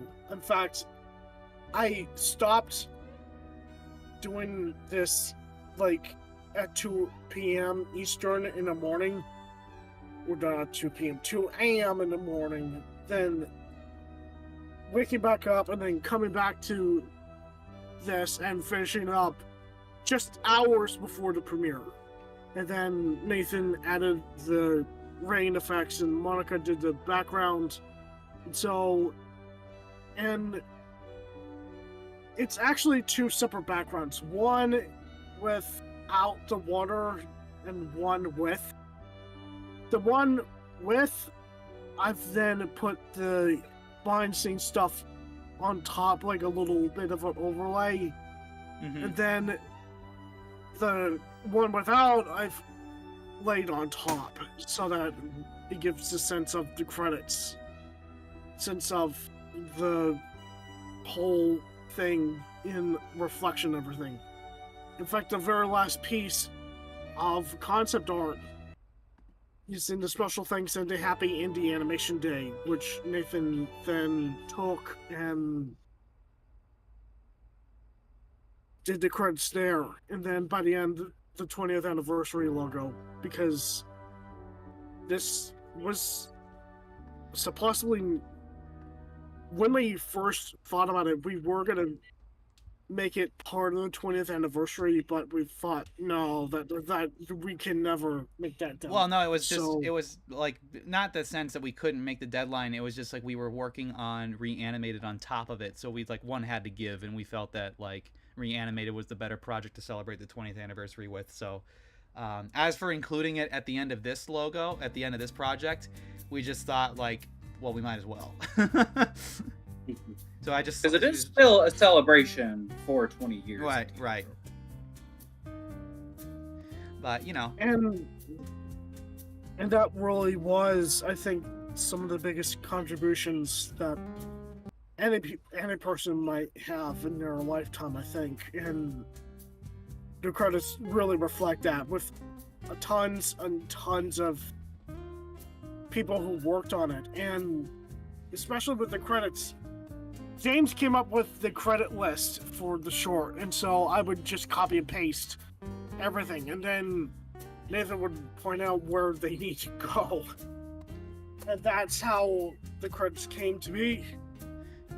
All right, now how do we feel about using this style of credits for all episodes? Well, yeah, honestly, yeah, I think it'd be fun to, like, find ways of, like, working the credits into background, like, the concept art in the backgrounds now of other, if we ever do other animations, with like this. I think it'd be fun to kind of work in the concept art and whatnot into the backgrounds while the credits are playing. I think it was fun. Very. But yeah, and that's it. That after this we exported, and somehow, somewhere along the way, I'll show you what happened. Oh God, I remember. What is it? Which shot? This shot. This right here. This little custom beat that I had to build in. Somewhere along the way, when we were doing the final editing or the color correction passes, this happened. That happened. So like an entire section got deleted and the sound got all frizzed out. Undo that so it doesn't save. But yeah. Don't know how that happened, but that is why we re-uploaded an hour later after we streamed it. So, but you know, the stream still exists. It's just unlisted. But now the corrected version is up and it's ready and it's good to go. But that is the story of how we made XJ9 and the Cat. We started seriously animating it in 2021, late 2021. I want to say like fall, winter, somewhere in there. We took a break on it. It was off and on, first of all, while we were working on it, because we were also working on storyboards for Activation Day Part 2, which is our next project now, to finish that up. Yeah. But we took a break working on the cat scene in 2023 because we were focused on working on Reanimated, getting animated shots done for that, as well as working on the sound, mostly working on the sound design and the music design of Reanimated. That's where the album came from and all that. And we also made the 20th anniversary logo and all that jazz. And then we finally kicked back into working on the cat scene in late 2023, where we stupidly made the error of making the teaser trailer in November and saying, we're going to release it in Christmas. We had 11 shots left to finish when we said that. But hey, we knocked it down to 4 shots by the time Christmas rolled around. And then finally we finished up, but they were the problem child shots, the 4 problem child shots. And then, but hey, it worked out in the end, because if it would have debuted on Christmas, these butterfly shots wouldn't have existed, because these were all in the last 2 months of the project where these butterfly shots came into fruition. So it's a good thing it's a good thing that it got delayed, because a better version of it came out. And hey, releasing on the anniversary of Indie Animation Day, that had its own impact too. I think it was very cool. I think we hit almost 1 million views on Twitter with that one post. Yeah, that was absolutely insane. I'm running out. My voice is going. Yeah, we have just about reached our 3-hour mark. Yep, we'd have. But yeah, and so that's the story. That's what I said. That's the story of us making XJ9 and the Cat. And I am running out of things to say. The next project we're going to be trying to work on is getting Activation Day Part 2 out. I don't know what the next animation is going to be. Don't know yet. We'll figure that out. But the next part is Activation Day Part 2, the animatic. We'll see how long that takes us. Look at that. You'll have a full episode to watch. Right, exactly. You'll be able to watch something from start to finish. That'd be something. And we'll just throw in, and instead of having it be the animatic version of the cat scene, we'll just throw in the animated version in the full upload of Activation Day, just throw it in there. But, yeah. So, thank you all for coming down to our behind-the-scenes stream of XJ9 and the Cat. Was there any other final words that anyone here would like to say? Open question for everybody. Thanks for sticking around, guys. Who wants an extended version of Stray Souls? Wahoo! I think for the past 10 years that I've been on this project, and 10 years of Rebooted even. Making me feel old. Yeah. I'm completely honored that I've been part of the whole experience and expanding my horizons from exploring shapes to now consistently figuring out now the animation process and the whole entire design process. And this project really expanded my art into a whole new level. And if it wasn't for Rebooted, I don't know what I would be doing at that point in time. But thanks to Rebooted, 10 years later, I think it's a really special thing for a lot of people, because yeah, I've seen people on this project on and come and go, and I'm one of the many people that stuck around after all these years. And honestly, I could have asked for anything better than just having friends that could actually be so passionate about something. When I first came in 10 years ago, I thought, this might be a good chance to help me learn how to make a cartoon on my own. And then it just expanded from there, and I've learned so much with this project, and I really am thankful to be part of the team even now. And Nathan, he's really good with whatever he's good at, he's whatever that is, it's always something. Hey, it's my train of thought, okay? I know, it's fine. It's funny. It's a funny sentence. It's funny. I mean that innocently. I didn't know. It's fine.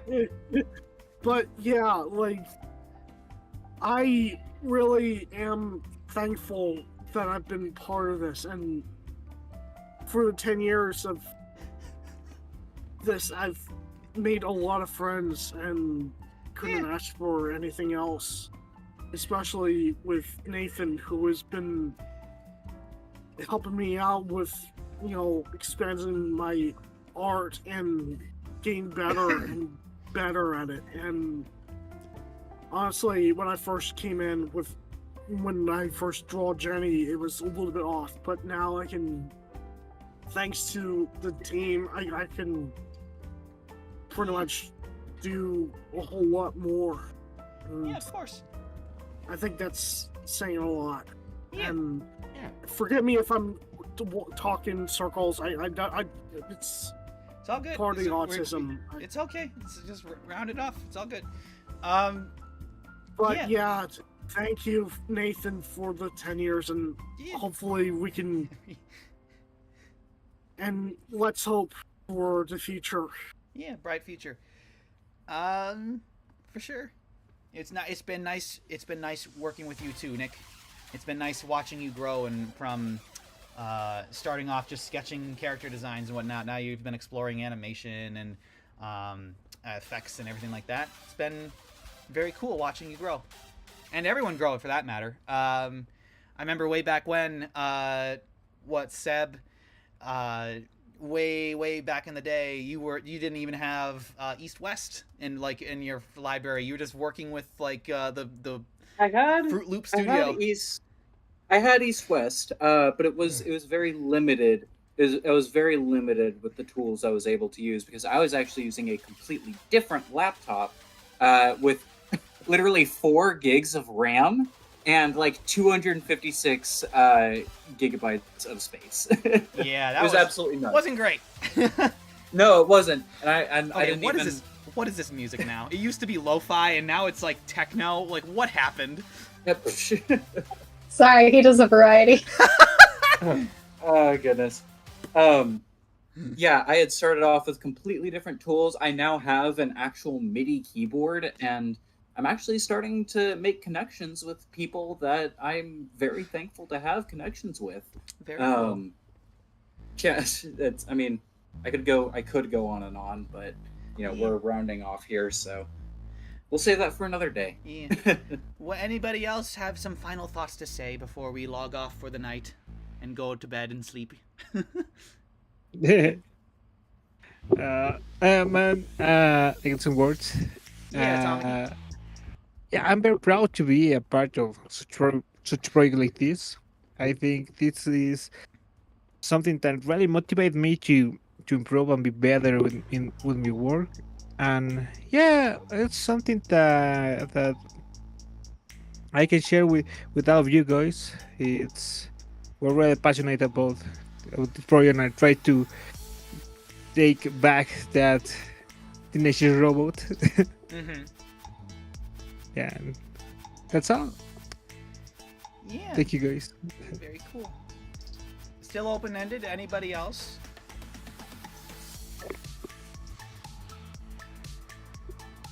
Going once. A going... Yes, I prepared a 20-minute speech, and That's not true. All right, so sounds like that's Sounds the end like of it. it. Yeah, so I'll just wrap it up. Yes, I would concur. Every time people have said 10 years, it hurts. It hurts my heart. Because No, yeah, bro. I think the thing that I've learned the most over the decade. Oh my god, I started this when I was 15 years old. So like, the ambition was a little too high for me. I will admit, looking back, if I were to go back and redo some things. I would have gone back in time and gone, hey, 15-year-old me, completely animating 2 entire seasons on your own, free of charge, even with a group of people. Not physically possible. Reality check. It's not happening. Focus on like animatics and stuff, because that stuff, and maybe like little shorts and stuff, because that's actually feasible. But yeah. I think what has been most rewarding about Rebooted is watching everybody come in and grow with the project, and everyone growing close and learning about each other, and not just through their artistic capabilities and teaching each other that stuff, but just like, you know, growing close, becoming friends. And I'm very appreciative of every single one of you. I love each and every one of you. Have come and gone, even those who are no longer with us. I've appreciated you all. I am very happy to have started a project like this, for the simple fact that I got to meet and know you. Yeah. Everything else aside, that's probably the biggest takeaway. Yeah. Even if we in the 10 years we never got the season through or got a season done, like whatever, it's just I enjoy talking with you guys and being friends with you. I love it. I love you guys. We love Oh. you. Here, here. I love you too, Nathan. Likewise, Nate. Yeah. All right. Well, thank you. And I love you too, audience. I love you, Reddit citizen. Thank you for sticking with us for this 3.5-hour behind-the-scenes stream of XJ9 and the Cat. We hope you enjoyed the insight of what it took to make this, because it was a lot of work. So see you guys. Join the fan base Discord. The link's down there in the lower right. Check out XJ9 and the Cat if you haven't already. It's on our YouTubes. And have a fantastic night, everybody. Thanks for coming. Goodbye. Bye-bye. Bye, guys. Goodbye. Bye, bye, bye, bye, bye, bye, bye. Bye-bye. See ya.